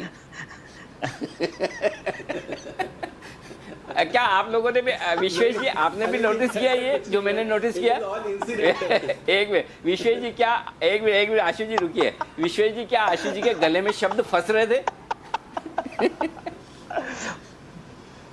सर वो ऐसा हो रहा है ना कि बाजार चले जा रहा है और आशु जी को लग रहा है कि मैं भी कुछ एक्साइटमेंट में दूं, लेकिन अभी वो क्या है, वो फितरत से मजबूर है, तो कोशिश कर रहे हैं लेकिन गला साथ नहीं दे रहा, तो खांसी आ गई। देखिए, हमें आशु जी की टांग खींचने का कोई मौका छोड़ना नहीं चाहिए, क्योंकि आशु जी जब आशु जी हमें खींचेंगे ना, हम तो एक टांग खींचेंगे या उनकी पतलून पकड़ के थोड़ा सा इशारा करेंगे टांग खींचने का, आशु जी दोनों टांगें खींचेंगे हमें और नाक के दम पर गिराएंगे। तो इसलिए जब मौका मिले थोड़ा सा आशु जी की टांग खींच लेनी चाहिए। आशु जी मजा कर रहा था, लेकिन हाँ वैसे तो देखो आपकी पहचान यही बन गई। बाकी तो वैसे आप काफ़ी समय से तेजी की बातें लगातार कर रहे हैं, तेजी के कॉल्स भी दे रहे हैं, सब कुछ है, लेकिन फिर भी ठीक है, जो भी है ये है इस वक्त। तो आइए एसबीआई लाइफ यहाँ पर करें आप खरीदारी, ज़बरदस्त खरीदारी होती हुई दिखी है यहाँ पर। आइए ऑटो सेल्स नंबर्स आने वाले हैं, इस बार थोड़े बेहतर नंबर्स आने की उम्मीद आप कर सकते हैं। और इस बीच एसजेवीएन के नंबर्स आए, रिजल्ट्स आए, 422 करोड़ से घटकर आया है मुनाफा 303 करोड़ रुपए, तो थोड़ा मुनाफा कम आया है, तो आजकल नॉर्मल है, फिर भी मुनाफा है, वही बड़ी बात है। एसजेवीएन 25 रुपये 35 पैसे के आसपास का लेवल दिख रहा है। एसजेवीएन मेरे ख्याल से सुमित जी के रडार पे है चार्ट्स के लिहाज से। सुमित जी जरा इसके चार्ट देखिए, सपोर्ट का है 2% नीचे। अनिल जी, स्टॉक का स्ट्रक्चर ओवरऑल चार्ट्स के ऊपर अच्छा दिख रहा है। स्टॉक ने रिसेंट के हाईज तोड़े, इनफैक्ट स्टॉक पिछले 4-5 महीने के हाईज पे ट्रेड कर रहा है, तो हो सकता है यहाँ पे थोड़ा सा प्रॉफिट बुकिंग देखने को मिले, बट लोअर लेवल्स पे खरीदारी ही करनी चाहिए। स्टॉक का जो नीचे में सपोर्ट है 24 रुपए के आसपास है, और ऊपर में जो रेजिस्टेंस है 26-50 के आसपास है। 26-50 का लेवल टूटने के बाद स्टॉक में और तेजी देखने को मिलेगी। थोड़ा सा डिप्स का वेट करें, उसके बाद खरीदारी करने की सलाह रहेगी। ओके, तो थोड़ा सा इंतजार कर लें, ये बढ़िया रहेगा आपके लिए। SJVN पर इस वक्त आपके लिए राय नतीजे आते हुए दिखे। कुशल हमारे साथ है बताने के लिए ऑटो बिक्री के आंकड़े कैसे रहेंगे। कुशल बताइए। अनिल जी देखिए, मंगलवार को इसके नंबर्स आएंगे और यहाँ पर हम एक्सपेक्ट करके चल रहे हैं इस बार अगस्त महीने के बिक्री आंकड़ों में कि पैसेंजर व्हीकल्स जो हैं वो टू व्हीलर के मुकाबले लीड लेते हुए नजर आएंगे और वहाँ से एक आउट परफॉर्मेंस आपको देखने को मिल सकती है। खासकर मारुति सुजुकी, वहाँ पर बहुत दमदार प्रदर्शन हम इस बार ही एक्सपेक्ट करके चल रहे हैं। और जिस हिसाब से आप देखिए ओवरऑल, जिस हिसाब से डीलर लेवल्स पे आगे जो त्योहारी मांग आने वाली है, वहाँ पर भी इन्वेंट्री लेवल्स जो है वो स्टैकअप किए जा रहे हैं आगे आने वाली डिमांड को मीट करने के लिए। और यही वजह है कि जिस हिसाब से अगस्त महीने की बिक्री आंकड़े हैं पैसेंजर व्हीकल्स में मारुति सुजुकी देखें तो करीब 22-23% की बढ़त हम एक्सपेक्ट करके चल रहे हैं। यहां पर करीब 1,30,000 यूनिट्स ये बेचते हुए नजर आ सकते हैं। पर Mahindra and Mahindra month on month तो परफॉर्मेंस अच्छी रहेगी, पर सालाना आधार पर अभी भी नेगेटिव टेरिटरी में ही इसकी ग्रोथ आपको देखने को मिलेगी। करीब 15-16% की गिरावट हम एक्सपेक्ट करके यहां पर चल रहे हैं। साथ ही टू व्हीलर स्पेस की अगर बात करें तो वहां पर हीरो मोटोकॉर्प लगातार पिछले 2-3 महीनों से जो आउट परफॉर्मेंस देखने को मिल रही है वो अगस्त महीने में भी रिफ्लेक्ट होती हुई नजर आएगी और 8-8.5% की बढ़त यहां पर एक्सपेक्टेशन है हमारी। वहीं Bajaj auto on the flip side देखें तो करीब 9-9.5% की गिरावट आप एक्सपेक्ट करके चल सकते हैं। साथ ही अगर आप कमर्शियल व्हीकल्स की बिक्री आंकड़े देखें तो यहां पर लगातार प्रेशर बना हुआ है और अभी भी आगे आने वाले 3 से 4 महीनों में सीवी की रिकवरी जो है वो काफी स्लोअर रेट पे हो रही है। और यही वजह है, आप देखिए अशोक लेलैंड और जो VECV आइशर मोटर्स का है वहां पे 23 से 35% की गिरावट हम एक्सपेक्ट करके चल रहे हैं। और अंत में अगर आप ट्रैक्टर्स की बात करें, ये एक आउट परफॉर्मर सेगमेंट रहा है ऑटो स्पेस में पूरे, और यहां पर इस बारी भी आपको आउट परफॉर्मेंस दिखेगी। महिंद्रा एंड महिंद्रा खासकर आप देखिए 28% की जो जंप है हम अगस्त महीने में एक्सपेक्ट करके चल रहे हैं सालाना आधार पर। ओके, तो ये है आपके लिए ऑटो बिक्री के आंकड़े। देखते हैं जब सोमवार को हम आएंगे वापस तो किस तरह का माहौल देखने को मिलेगा। आइए मूड माहौल चुस्त दुरुस्त करने के लिए अब बात करते हैं भसीन साहब से। वक्त है उनकी BTSTT पिक्स लेने का।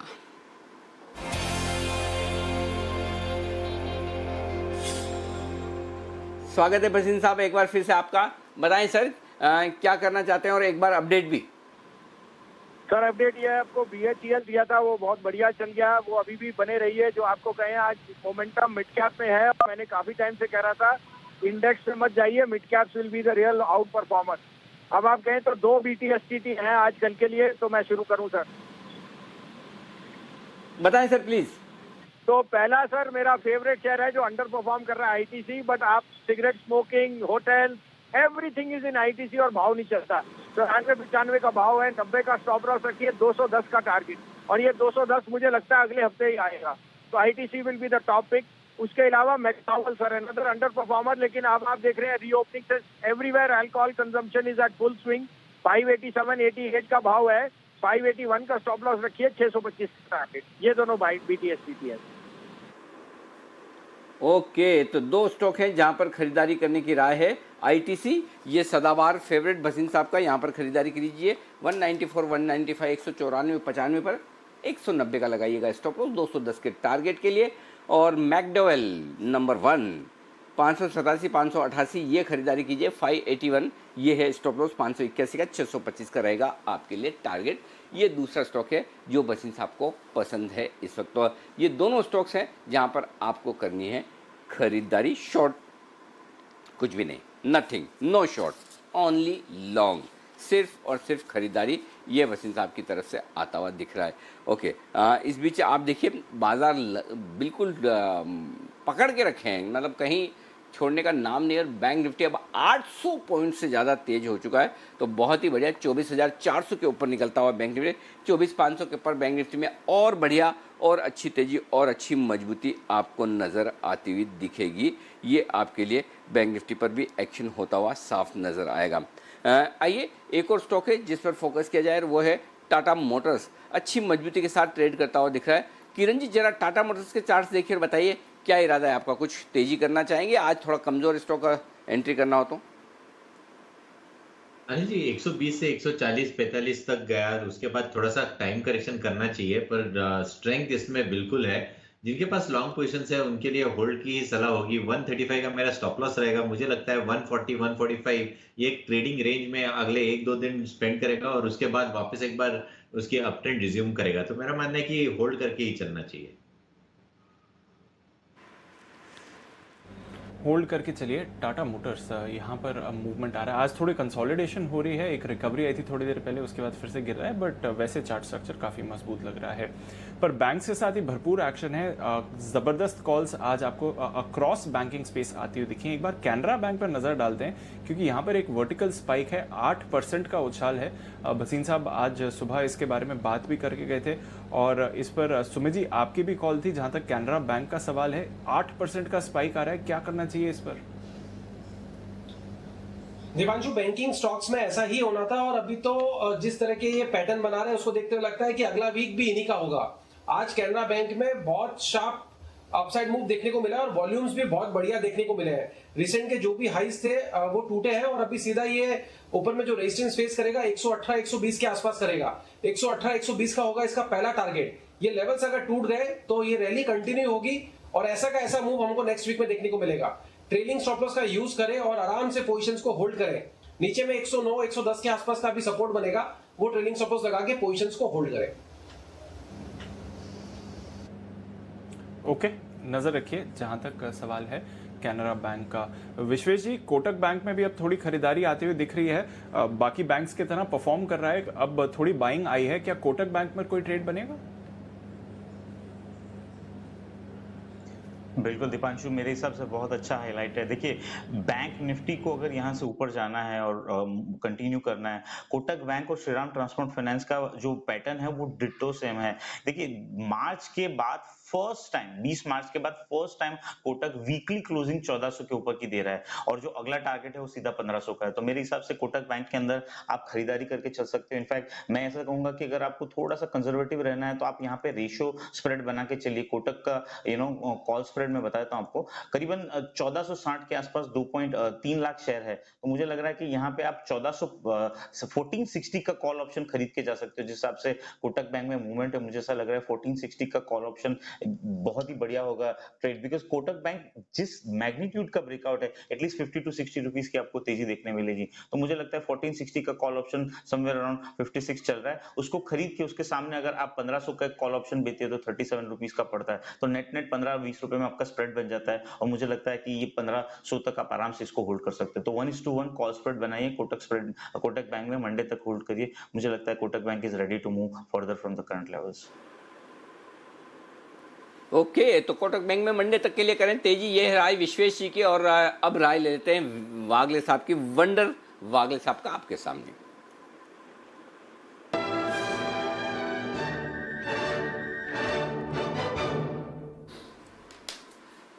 जी वागले साहब बताएं। अनिल जी, मैं पूरी तरह से विश्वेश जी के साथ हूँ। मेरे रडार पर कोटक बैंक जैसे वो बात कर रहे थे उसके आधे मिनट पहले आया है। मैंने 1457 1458 अभी लेवल वही है 1459। मेरे हिसाब से कोटक बैंक अगले हफ्ते में 1510 1520 जाना चाहिए मंडे ट्यूसडे। आप अभी ले लीजिए, 15 रुपए का स्टॉप लॉस होना चाहिए, 1442 का स्टॉप लॉस होना चाहिए और ऑन द अपसाइड 1510 1520 का टारगेट मंडे या आउटर साइड ट्यूसडे। तो ये है आपके लिए कोटक बैंक। विश्वेश जी और वागले साहब, वी फॉर विश्व, डब्ल्यू वी, अच्छा ओके, वी और विश्व वी, अच्छा वागले साहब तो डब्ल्यू से है ना। ओके, विश्वेश जी और वागले साहब दोनों ही बुलिश हैं कोटक बैंक पर, ये आपके लिए आए। आइए एक और स्टॉक जो बड़ा इंटरेस्टिंग दिख रहा है, एडलवाइज, जिसके कल नतीजे भी आए लेकिन नतीजों के साथ कुछ और डेवलपमेंट भी हुए हैं जहां पर इनका वेल्थ मैनेजमेंट कारोबार बिका है। पूरी डिटेल्स दे रहे हैं हमें संदीप ग्रोवर। संदीप बताइए। शुक्रिया सर। पैसिफिक अलायंस ग्रुप यानी कि PAG ये इनके कारोबार में हिस्सा खरीदने की योजना बना रहा है। आपको बता दें वेल्थ मैनेजमेंट और जो इन्वेस्टमेंट बैंकिंग कारोबार है वहाँ पे हिस्सा बेचने की तैयारी है। 51% हिस्सेदारी के लिए पीएजी इनको 2244 करोड़ रुपए के आसपास की जो रकम है वो देने के लिए तैयार है। कंपलसरी कन्वर्टेबल डिबेंचर के जरिए पीएजी इस कंपनी में निवेश करती हुई दिखेगी। आपको बता दें डीमर्जर से जो कारोबार है वो अलग होते हुए दिखेंगे और 12 से 18 माह यानी कि 1 साल से 1.5 साल तक आप देखेंगे ये जो कारोबार है उनकी अलग से फिर लिस्टिंग भी होती हुई दिखेगी। तो कहीं ना कहीं वैल्यू अनलॉकिंग की ओर ये कंपनी बढ़ती हुई दिख रही है। जो कंपनी बनेगी उसमें आप शेयर होल्डिंग पैटर्न देखिए, एडलवाइस का 37% होगा, सनाका कैपिटल और कोरा मैनेजमेंट का 12% के आसपास है और बाकी जो 51% हिस्सेदारी है वो पीएजी यानी कि पैसिफिक अलायंस ग्रुप की होगी। अब इस डील से इनको फायदा क्या होता है वो देखेगा, ये बहुत इंपॉर्टेंट है। ये इसलिए क्योंकि ये जो पूंजी आएगी इनके पास करीब 2250 करोड़ रुपए के आसपास की, उससे अतिरिक्त लिक्विडिटी का जो सहारा है वो कंपनी के पास कहीं ना कहीं मिलता हुआ दिखेगा। IL&FS संकट जब से हुआ है उसके बाद से आप देखिए इस कंपनी को काफी ज्यादा दिक्कतें हुई थी। मार्च तिमाही तो इस कंपनी के लिए बहुत ही खराब थी, इनको करीब 2250 करोड़ रुपए के आसपास का घाटा हुआ था और मॉरेटोरियम के चलते भी आप देखिए उन्होंने करीब 900 करोड़ रुपए के आसपास की अतिरिक्त प्रोविजनिंग करी थी। तो लिक्विडिटी को लेके काफी ज्यादा कंसर्न है जिस वजह से स्टॉक करेक्ट हुआ भी था और अब माना जा रहा है कि जो पूंजी मिलेगी उससे कंपनी की ग्रोथ और साथ ही साथ लिक्विडिटी दोनों फ्रंट पे जो पोजीशन है वो काफी स्ट्रांग होती हुई दिखेगी। तो ये एक बड़ा बेनिफिशियरी के तौर पे एडलवाइस इसका निकल के सामने आएगा जिससे इनको करीब 2250 करोड़ रुपए के आसपास की रकम मिल रही है। तो ये है आपके लिए एडलवाइस फाइनेंशियल पर पूरी डिटेल्स। शुक्रिया संदीप ये पूरी डिटेल्स रखने के लिए। एक बार इसके चार्ट्स पर भी राय ले लें। सुमित जी जरा एडलवाइस के चार्ट्स देखिए। अरे जी देखिए स्टॉक के अंदर चार्ट्स के ऊपर अगर देखते हैं तो थोड़ा सा मोमेंटम अच्छा बना हुआ है, लेकिन फ्रेश बाइंग के लिए मेरे को लगता है एक बार थोड़ा सा वेट करें। स्टॉक के अंदर ऊपर में 88-90 का लेवल टूटने दे, उसके बाद ही इसके अंदर कोई फ्रेश खरीदारी करें। नो डाउट पिछले 7 दिनों में लोअर लेवल से एक अच्छा अपसाइड मूव देखने को मिला है, 200 डीएमए लेवल्स भी टूटे हैं, लेकिन फ्रेश खरीदारी 88 से 90 का लेवल टूटने के बाद ही करना चाहिए। एग्जिस्टिंग पोजीशंस को 80 रुपए के आसपास का ट्रेलिंग स्टॉप लॉस लगा के होल्ड कर सकते हैं और 88 और 90 का लेवल टूटता है तब इसमें फ्रेश ब्रेकआउट आएगा। ओके ये आपके लिए राय है एडलवाइस पर। आइए अब चलते हैं आगे और वक्त सेठी साहब को इनवाइट करने का बच चुके हैं 3 और 3 बजे का समय सिर्फ और सिर्फ सेठी साहब के नाम है। सेठी साहब की शॉर्ट टर्म पिक्स बिगुल।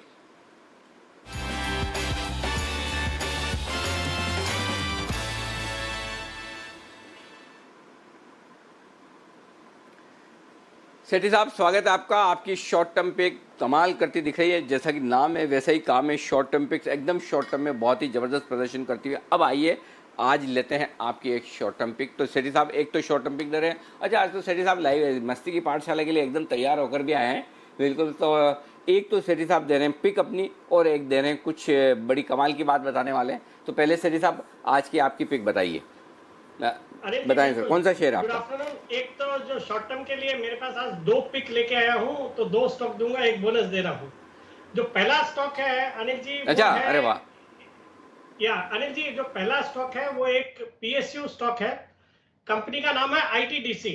एक बहुत ही अच्छी कंपनी है, सरकारी कंपनी है जिसमें सरकार की अराउंड 87% हिस्सेदारी है और Tata group through Indian hotels इसमें करीबन 7.5-8% की हिस्सेदारी रखते हैं।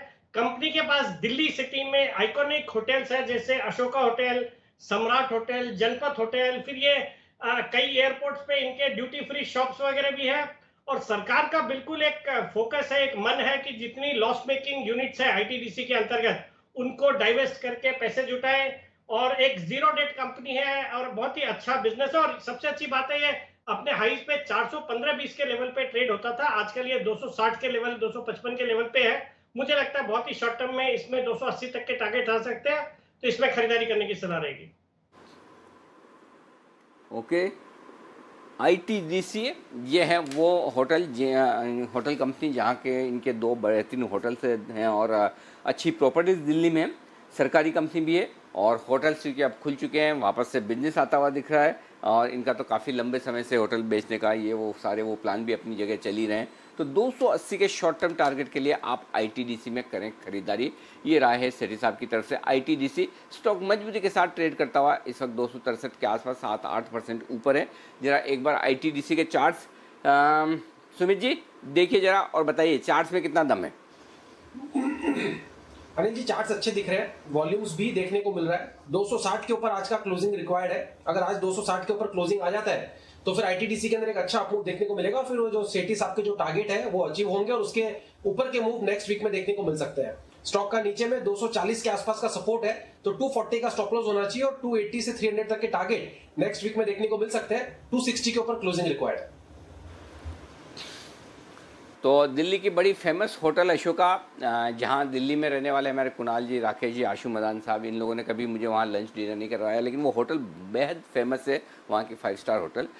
वो आईटीडीसी ऑन करती है। बाकी तो आप सब लोग समझ ही गए होंगे, लेकिन ये होटल है आईटीडीसी। मैंने कहा समझा दो ताकि आपको याद रहे आईटीडीसी के पास होटल कौन सी है। अब कोई भूलेगा नहीं कि वो होटल अशोका है। कुणाल जी, अब आप भूलेंगे तो नहीं ना? अनिल जी बिल्कुल भी नहीं भूलूंगा अनिल जी, लेकिन ये अनिल जी मेरी प्रेफरेंस में तीसरा है। देखिए आप जब दिल्ली आएंगे तो आपको तो अनिल जी हम लोग लंच कराएंगे ओबराय में और ताज में। उसके बाद अनिल जी कभी मौका लगे तो अशोका भी ले जाएंगे, पर आप दिल्ली आए तो अनिल जी। अरे नहीं बिल्कुल नहीं, मैं दिल्ली आऊँगा तो मुझे ताज ओबराय के बजाय वो चांदनी चौक में ज़्यादा मज़ा आएगा। अब वो जो मज़ा मतलब वहाँ है ना, वो 5 स्टार में है नहीं। क्यों बंसल जी, सही है ना? नहीं अनिल जी बिल्कुल सही है। देखिए अनिल जी, अशोका जो है, अशोका आईटीडीसी का जो होटल अशोका चाणक्यपुरी में है, अनिल जी वो खाने पीने के लिए फेमस नहीं है, वो फेमस है एक क्लब के लिए। उस क्लब के ओनर है अर्जुन रामपाल अनिल जी। तो आप जब अगली बार आएंगे अनिल जी तो अच्छा। आपको वहां पे लेके जाएंगे शाम को। ओके, बढ़िया है, चलिए जरूर चलेंगे। तो ये है आपके लिए आईटीडीसी होटल जो अच्छा आशु सर की विशेष टिप्पणी। आशु सर कुछ कहना चाह, हाँ मेरे पक्ष में आशु जी कुछ कहना चाहते हैं, इसलिए मौका जरूर दिया जाएगा। जी आशु सर। नहीं, मैं सर बंसल जी को करेक्ट कर रहा हूँ, वो अशोका नहीं है, उसके साथ जुड़ा हुआ सम्राट होटल है, अर्जुन रामपाल का क्लब लैब उसमें है, अशोका में नहीं है। ओके, कोई बात नहीं, हमें तो पता नहीं था, हमने तो सही मान लिया। आपने बोलिया, देखो किसी का भी हो, हमें आप ले जा रहे हैं वहाँ तक ठीक है, हमें उससे कोई मतलब नहीं, वो आशु जी का है, कुणाल जी का है या किसी XYZ का है। जब तक हमें ले जाकर ट्रीट दे रहे हैं Bansal ji, I am fine, completely fine. Okay, आइए अब सेठी साहब ने कहा कि आज देंगे वो एक बोनस। सेठी साहब जो बोनस देंगे वो डायरेक्टली मतलब हमारे अकाउंट में क्रेडिट किया जाएगा, कैश में होगा, या आप स्टॉक की पिकी देंगे बोनस के नाम पर भी? अनिल जी स्टॉक की पिकी देंगे और उससे जो फायदा होगा वो सभी दर्शकों के अकाउंट में अपने आप क्रेडिट हो जाएगा। ओके, तो सेठी साहब के लिए एक और बिगुल बोनस का।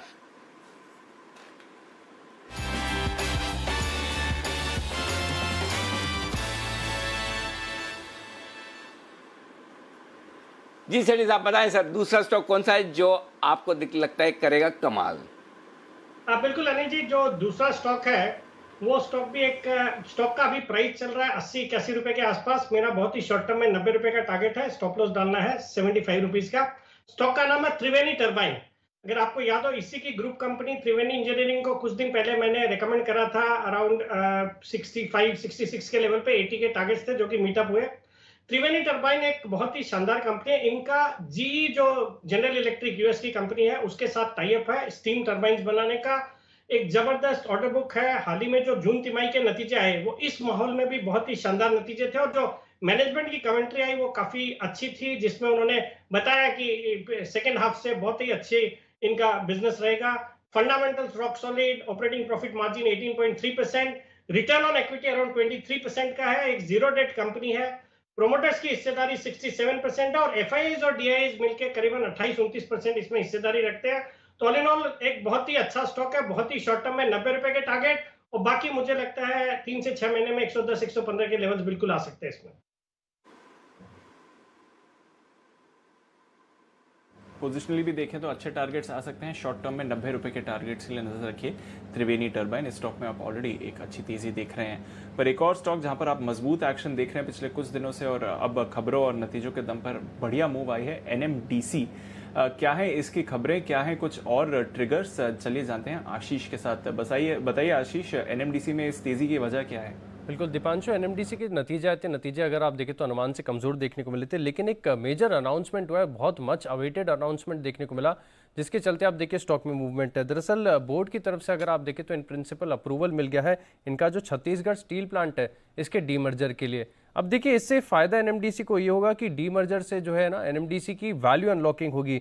स्टील दरअसल अपने आप में बिजनेस ऐसा है कि इसमें वर्किंग कैपिटल की रिक्वायरमेंट बहुत ज़्यादा होती है। जितनी भी लिस्टेड स्पेस में आप स्टील कंपनीज देख रहे हैं सबकी बुक्स में डेट काफ़ी ज़्यादा होता है। अब देखिए डीमर्ज हो जाएगा तो एनएमडीसी देखिए यहाँ पर ये फायदा होगा कि इनको जो वर्किंग कैपिटल का लोड है इनकी बैलेंस शीट से हटता हुआ नजर आएगा। फ्री कैश फ्लोज जो है वो मजबूत होते हुए नजर आएंगे और साथ ही अगर आप देखें तो जो बैलेंस शीट है उसमें भी काफ़ी बढ़िया इंप्रूवमेंट देखने को मिलेगा। स्टील प्लांट को अगर अतिरिक्त वर्किंग कैपिटल की रिक्वायरमेंट होगी तो उनकी बुक्स पर आएगा, एनएमडीसी की बुक्स पर नहीं आएगा। तो ये अपने आप में अगर आप कहीं देखें तो एनएमडीसी के जो रिटर्न रेशियोज हैं फिलहाल उसमें कहीं ज़्यादा सुधार देखने को मिलेगा। अब देखिए इसकी जो टाइमलाइन होगी डीमर्जिंग की उसको क्लोजली वॉच करना होगा। साथ ही अगर आप देखें तो एक चैलेंज ये भी कि जुलाई में इसका जो है कमिश्निंग होनी थी इस प्लांट की, छत्तीसगढ़ प्लांट की, जिसकी क्षमता अगर आप देखें तो 3 लाख टन सालाना के आसपास है। लेकिन लॉकडाउन की वजह से, ग्लोबल पैंडेमिक की वजह से कमिश्निंग हो नहीं पाई। तो यहाँ पर अगले साल तक की टाइमलाइन दी गई कि अगले साल तक ये प्लांट कमीशन होगा। तो इससे भी कहीं ना कहीं अगर आप देखें तो एनएमडीसी को भारी फायदा होते हुए दिखाएगा, क्योंकि एनएमडीसी ने काफ़ी सिग्निफिकेंट इन्वेस्टमेंट किया हुआ है इस प्लांट में। अगर आप देखें तो ऑलमोस्ट 17,000 करोड़ का निवेश किया है। लेकिन क्योंकि डीमर्ज वैल्यू अनलॉकिंग देगा, इसके लिए आप देखिए स्टॉक में खराब नतीजों के बावजूद बढ़िया तेज़ी देखने को मिली, काफ़ी बढ़िया तेज़ी। और इनफैक्ट मार्च के बाद से देखें दीपांशु आप तो इसमें बहुत बढ़िया रिकवरी देखने को मिली है, क्योंकि मार्च का जो निचला स्तर था वो करीब 63 रुपये के आसपास का था, अभी 107 का भाव है। यानी लगभग आप समझ लीजिए कि 70% तक के रिटर्न्स निचले स्तरों से स्टॉक में देखने को मिले हैं। बिल्कुल, मार्च के लो से अभी तक देखें तो 70% के रिटर्न्स हैं, बल्कि आप अगर सिर्फ अगस्त के महीने में देखें तो यहाँ पर भी 28% की तेज़ी ऑलरेडी हमने एनएमडीसी में आती हुई देख ली है। किरण जी, इतनी बड़ी अपमूव के बाद क्या स्टॉक में और तेज़ी अभी संभव है या फिर एक कंसोलिडेशन आती हुई दिखेगी? आपकी क्या राय है, इन लेवल पर एनएमडीसी के साथ क्या करना चाहिए? नहीं, तेजी तो बरकरार रहेगी। बहुत अच्छे कंसोलिडेशन का ब्रेकआउट देखने को मिला है और एक इम्पोर्टेंट बैरियर था 100 रुपए का, वो उसने बहुत बेहतरीन लेवल से क्रॉस किया है। अभी मुझे लगता है कि जिस तरीके का चार्ट पैटर्न है 120-125 लेवल्स इस सीरीज में देखने को मिल जाने चाहिए। 100 के नीचे आपका स्टॉप लॉस होना चाहिए। ओके, ये है आपके लिए एनएमडीसी। और भी बढ़िया तेज़ी स्टॉक में आनी बाकी है, तो फिलहाल जस्ट स्टॉक पर नज़र रखिए और देखिए किस तरह का और मूवमेंट होते हुए दिखता है। और भी कई सारे स्टॉक्स हैं जहां पर बढ़िया मूवमेंट आपको आते हुए दिख रहा है। बजाज फाइनेंस में अब थोड़ी देर पहले एक फ्रेश खरीदारी के संकेत आए हैं, तो बजाज फाइनेंस पर नज़र रखिए।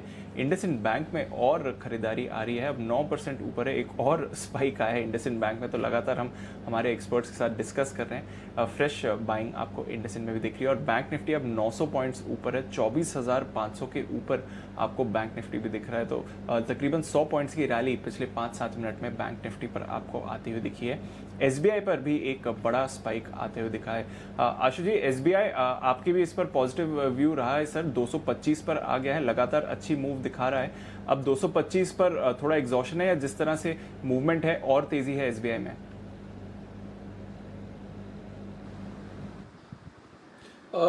दीपांशु, अभी भी मुझे लगता है कि तेजी इंटैक्ट है। अब तो निकला है ये इतने टाइम के बाद, सालों बरसों के बाद, जैसे अपना ब्रेकआउट दिखाया पीएसयू बैंक्स ने लेड बाय एसबीआई।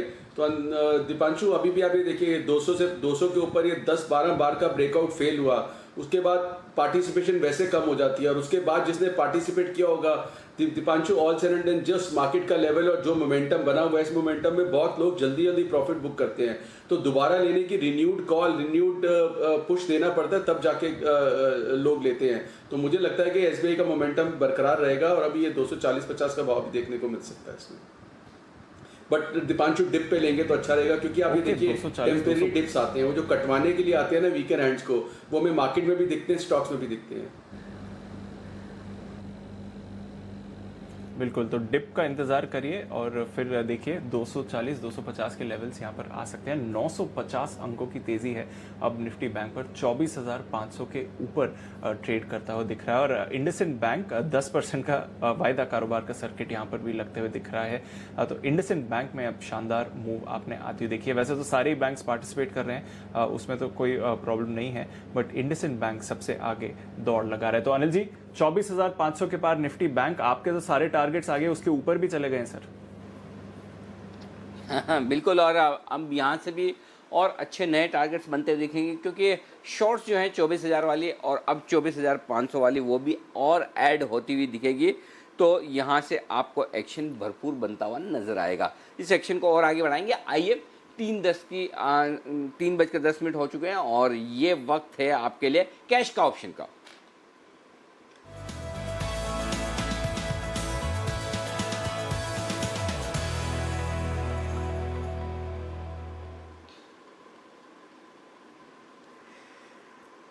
बताएं जय हमारे साथ है। जय, स्वागत है आपका। बताइए कौन सा ऑप्शन ट्रेड करेंगे इंडेक्स में सबसे पहले?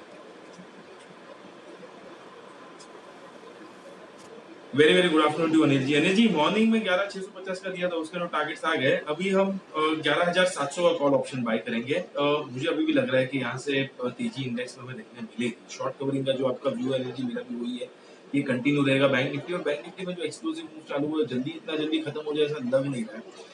निफ्टी में ये जो डिप आई है इंट्राडे में वापस, उसमें हम फिर से हमें खरीदी करने का मौका मिल रहा है। तो 11,700 का कॉल ऑप्शन 63-50 में मिल रहा है नीचे, 63-63.50 के रेंज में मिल रहा है। इसको खरीद कर चलना है। स्टॉप लॉस बहुत ही छोटा सा है, 38-50 में, 38.50। एंड पहला जो टारगेट बनकर आ रहा है वो 94 का है। सेकेंड टारगेट 115, 94, 115, ये दो टारगेट्स के लिए 11,700 का कॉल ऑप्शन खरीदना है अनिल जी। 63-63.50 के आसपास, 38.50 का कॉल ऑप्शन। जय एक मिनट, जय ऑप्शन में एक जैकपॉट इसके साथ। जय, आपकी आवाज मुझे साफ नहीं आ रहा है। बताओ ये बताओ कि 11,700 का कॉल ऑप्शन 63 रुपए में लेना है, करेक्ट? और 38 रुपए का स्टॉप लॉस, ये है आपका 94 और 115 ये दो टारगेट, ये मैंने लिखे हैं। अगर ठीक है, परफेक्ट। अच्छा, अब ये बताओ कि इसके अलावा और भी कुछ है? ये कोई ऑप्शन, कोई फ्यूचर?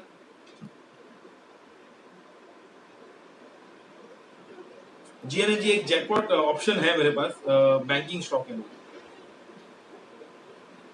बिल्कुल, जय के लिए जैकपॉट।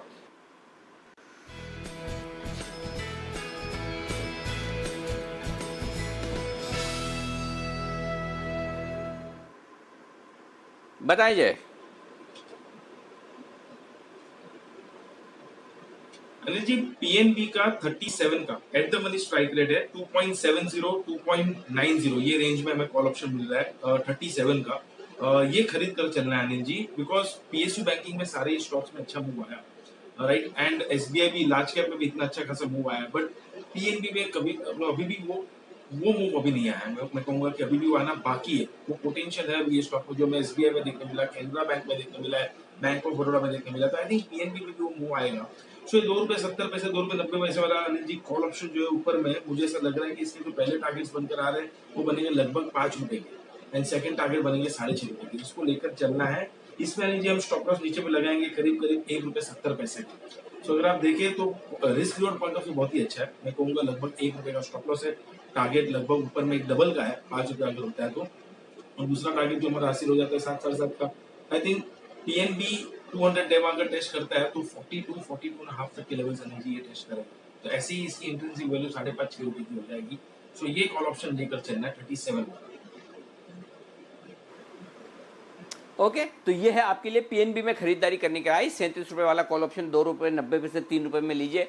₹1.70 का स्टॉप लॉस, ₹5 और ₹6.5, ये दो टारगेट के लिए पीएनबी में करें खरीदारी।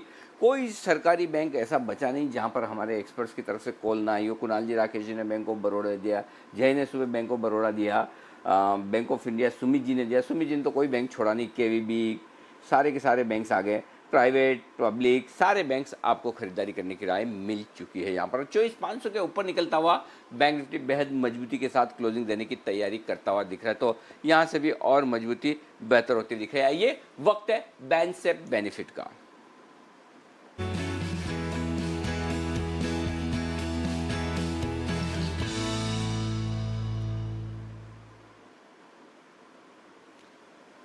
ओके, आशीष चतुर्वेदी हमारे साथ है। आशीष, बताइए कोई एंट्री की संभावना आज?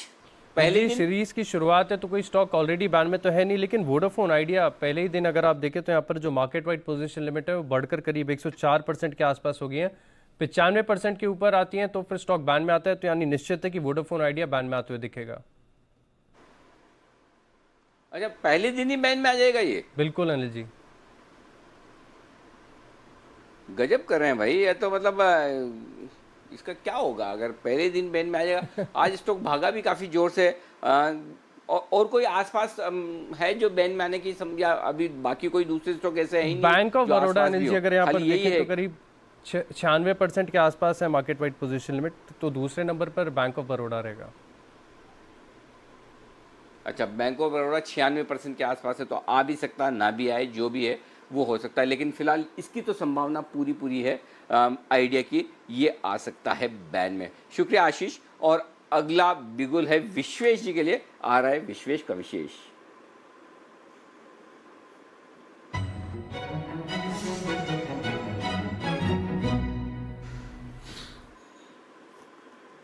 बताएं विश्वेश जी, क्या करना है? देखिए, श्रीराम ट्रांसपोर्ट फाइनेंस में जो मैग्नीट्यूड का ब्रेकआउट है, कोटक में जो मैग्नीट्यूड का ब्रेकआउट है, वही मैग्नीट्यूड का ब्रेकआउट है एक्सिस बैंक में।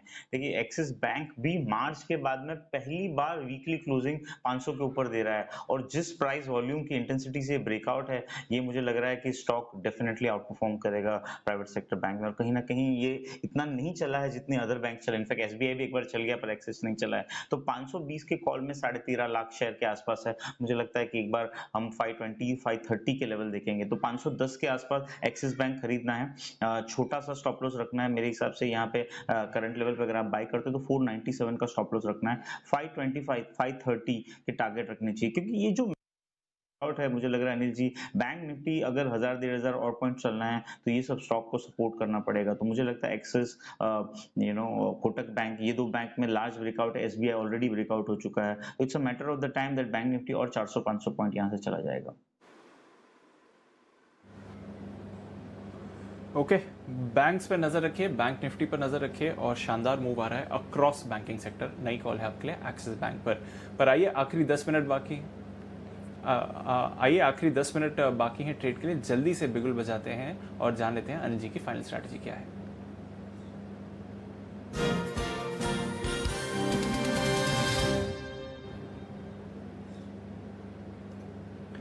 बताएं सर।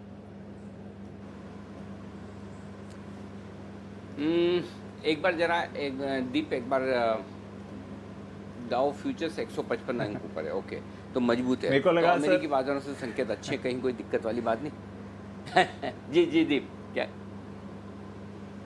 मेरे को लगा आप इस बाजार में अब आप ग्लोबल क्यूज क्या देखेंगे सर, इसलिए मैंने थोड़ा स्किप कर दिया। बट पॉजिटिव क्यूज है, थोड़ा सुस्त है यूरोप, बट डाउ फ्यूचर्स 150 अंक ऊपर है सर। ना ठीक बात है। वैसे तो हमारे बाजार अपनी मस्ती में चल ही रहे हैं, स्पेशली बैंक निफ्टी, लेकिन फिर भी कॉन्फिडेंस अच्छा है। ओवर कॉन्फिडेंस कभी भी अच्छा नहीं होता मार्केट में, किसी भी तरफ कॉन्फिडेंस रखना चाहिए। तो पॉइंट सिंपल है कि हम इस वक्त जो डेटा देख रहे हैं वो साफ तौर पर इस बात की ओर इशारा कर रहा है कि ज़बरदस्त शॉर्ट कवरिंग रैली हो रही है, क्योंकि आज पहले 24,000 को पार किया तो वहाँ से शॉर्ट कवर हुए बैंक निफ्टी में। अब 24,500 के ऊपर निकल रहा है, तो यहाँ से शॉर्ट कवरिंग आती हुई दिख रही है। हालांकि निफ्टी में उतनी तेज़ी नहीं है, 11,650 पर ही है। तो रिस्क रिवॉर्ड रेशियो के लिहाज से निफ्टी ज़्यादा बेहतर है, भले कम चले। देखिए, बढ़ेगा कम तो आपके रिस्क भी कम है बैंक निफ्टी में। हालांकि रिस्क ऐसे नहीं कि रिस्क बहुत ज़्यादा, लेकिन प्रॉब्लम ये कि आपके लिए जो सपोर्ट रेंज है इमीडिएटली वो काफ़ी नीचे आ रहा है, क्योंकि बैंक निफ्टी पे जो आपको सपोर्ट आ रहा है वो सीधा 24,000 के आसपास आ रहा है, जो कि यहाँ से 500-550 पॉइंट ऊपर है। अब आपको करना है क्या है? आपको करना है ये कि 24,000, पहले मैं निफ्टी बता दूं, निफ्टी 11,650 का कॉल ऑप्शन खरीद लीजिए और आप 11,800 का एक कॉल ऑप्शन बेच दीजिए। 11,650 का लीजिए और 11,800 का बेच दीजिए। पहली चीज़ तो ये हो सकती है कि जो निफ्टी में आपको करनी है, 11,650 का कॉल ऑप्शन लेना है और 11,800 का बेचना है। मैं आपको ऑलरेडी कह चुका हूँ कि अब निफ्टी पे अगला टारगेट जो निकल कर आ रहा है वो 11,775 के आसपास का आ रहा है। तो निफ्टी इस वक्त चल रहा है आपका 11,640 के आसपास स्पॉट लेवल।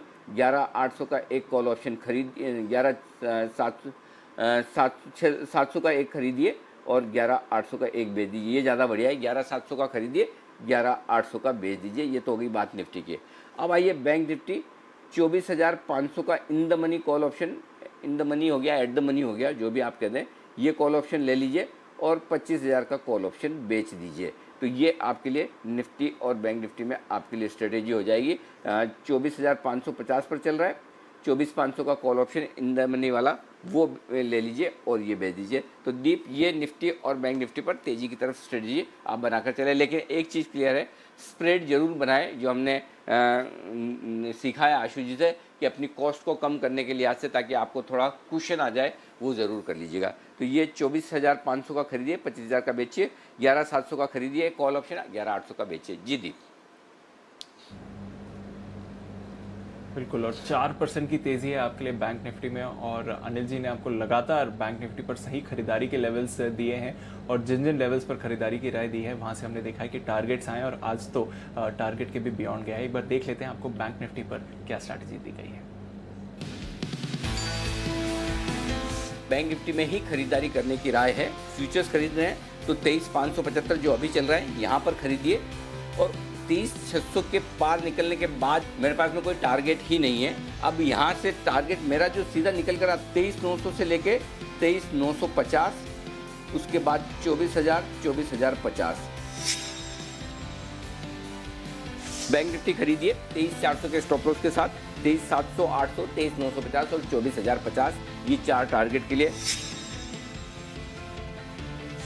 बैंक निफ्टी ये जबरदस्त तेजी के साथ ट्रेड करता हुआ दिखा है, 24,000 को पार किया, टिका, 24,200 तक भी पहुंचा, तो 24,050 तक के फाइनल टारगेट जो हमारे कल और आज के थे वो हासिल होते हुए दिखे।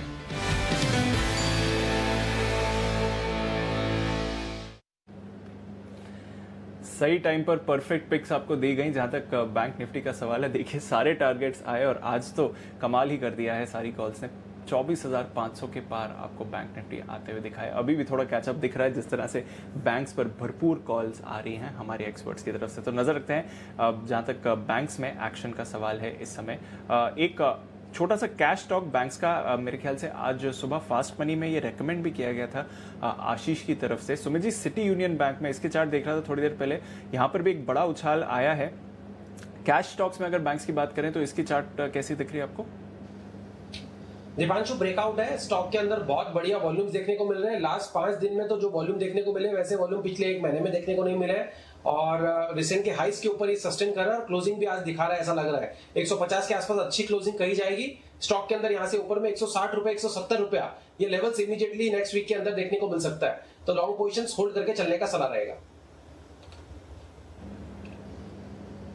ओके, लॉन्ग पोजीशंस होल्ड करके चलिए। सिटी यूनियन बैंक फिलहाल देखिए डेज हाई पर ये भी ट्रेड कर रहा है, 8.5% की तेजी, और आज सुबह इस पर भी आपको खरीदारी की ही कॉल दी गई थी।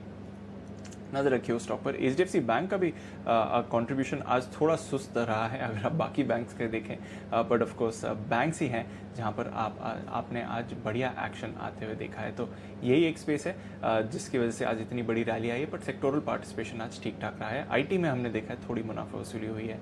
पीएनबी भी अब एक बढ़िया मूव दे रहा है। एक call RBL bank, Kiran ji आपसे भी लेना चाहूंगा। थोड़ी देर पहले आरबीएल बैंक में भी मूव आते हुए दिखा है, 208 पर ट्रेड कर रहा था, अब 213 पर आ गया है। आरबीएल बैंक पर थोड़ा मौका है क्योंकि ऑलरेडी एक अच्छी रैली यहाँ पर भी बढ़ी है। नहीं, बिल्कुल मौका है। बैंकिंग सारे के सारे स्टॉक्स बहुत शानदार देखने को मिल रहे हैं और आज वीकली क्लोजिंग बहुत शानदार है, तो मेरा मानना है कि इधर से भी एक अच्छी अपमूव देखने को मिलेगी। मेरा स्टॉप लॉस 197 का रहेगा और टारगेट्स के लिए मैं मानता हूं कि अगले हफ्ते के पूरा व्यू लेते हैं तो 240 के आसपास के टारगेट्स देखने को मिल जाने चाहिए। तो अपसाइड काफी ऊपर है, तो मेरा मानना है कि जो हेडरूम है उसको यूटिलाइज करना चाहिए ट्रेलिंग स्टॉप लॉस के हिसाब से। बिल्कुल, तो एक ट्रेलिंग स्टॉप लॉस रखिए और अपसाइड और आपको आती हुई दिख सकती है। एक ब्रेकआउट आया था थोड़ी देर पहले बंसल जी पीवीआर पर, 6% ऊपर है पीवीआर, अच्छी खरीदारी हुई है इस स्टॉक पर। यहां पर कोई अपॉर्चुनिटी बनेगी?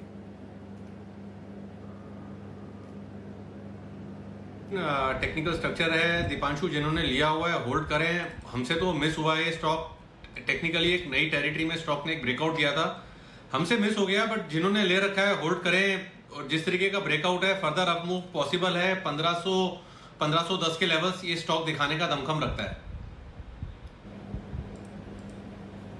ओके 1500-1510 के लेवल्स आ सकते हैं, पीवीआर पर नजर रखिए।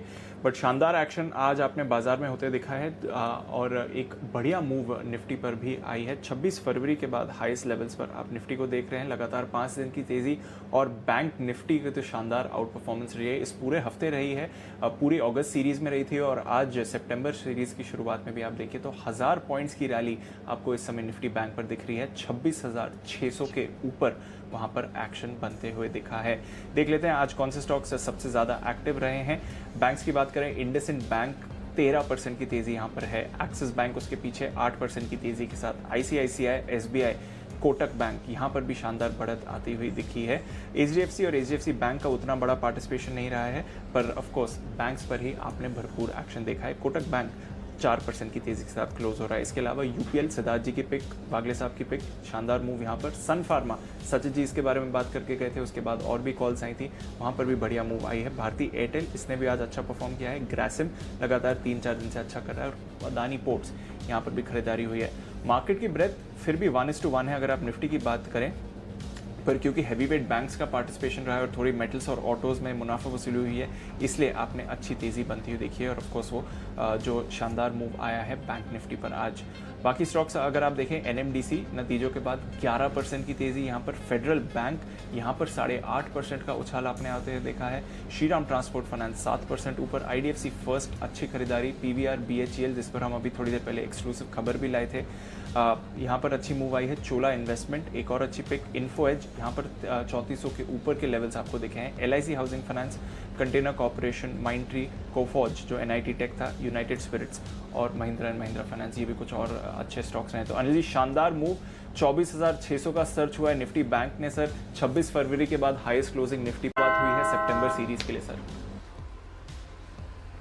जी हाँ, बिल्कुल दीप, और बहुत ही बेहतरीन क्लोजिंग, इसमें कोई डाउट नहीं। और इस तेजी के मार्केट में और नए आयाम, नई तेजी सितंबर सीरीज के पहले ही दिन बनती हुई बहुत ही शानदार खरीदारी यहाँ पर होती हुई दिख रही है। आइए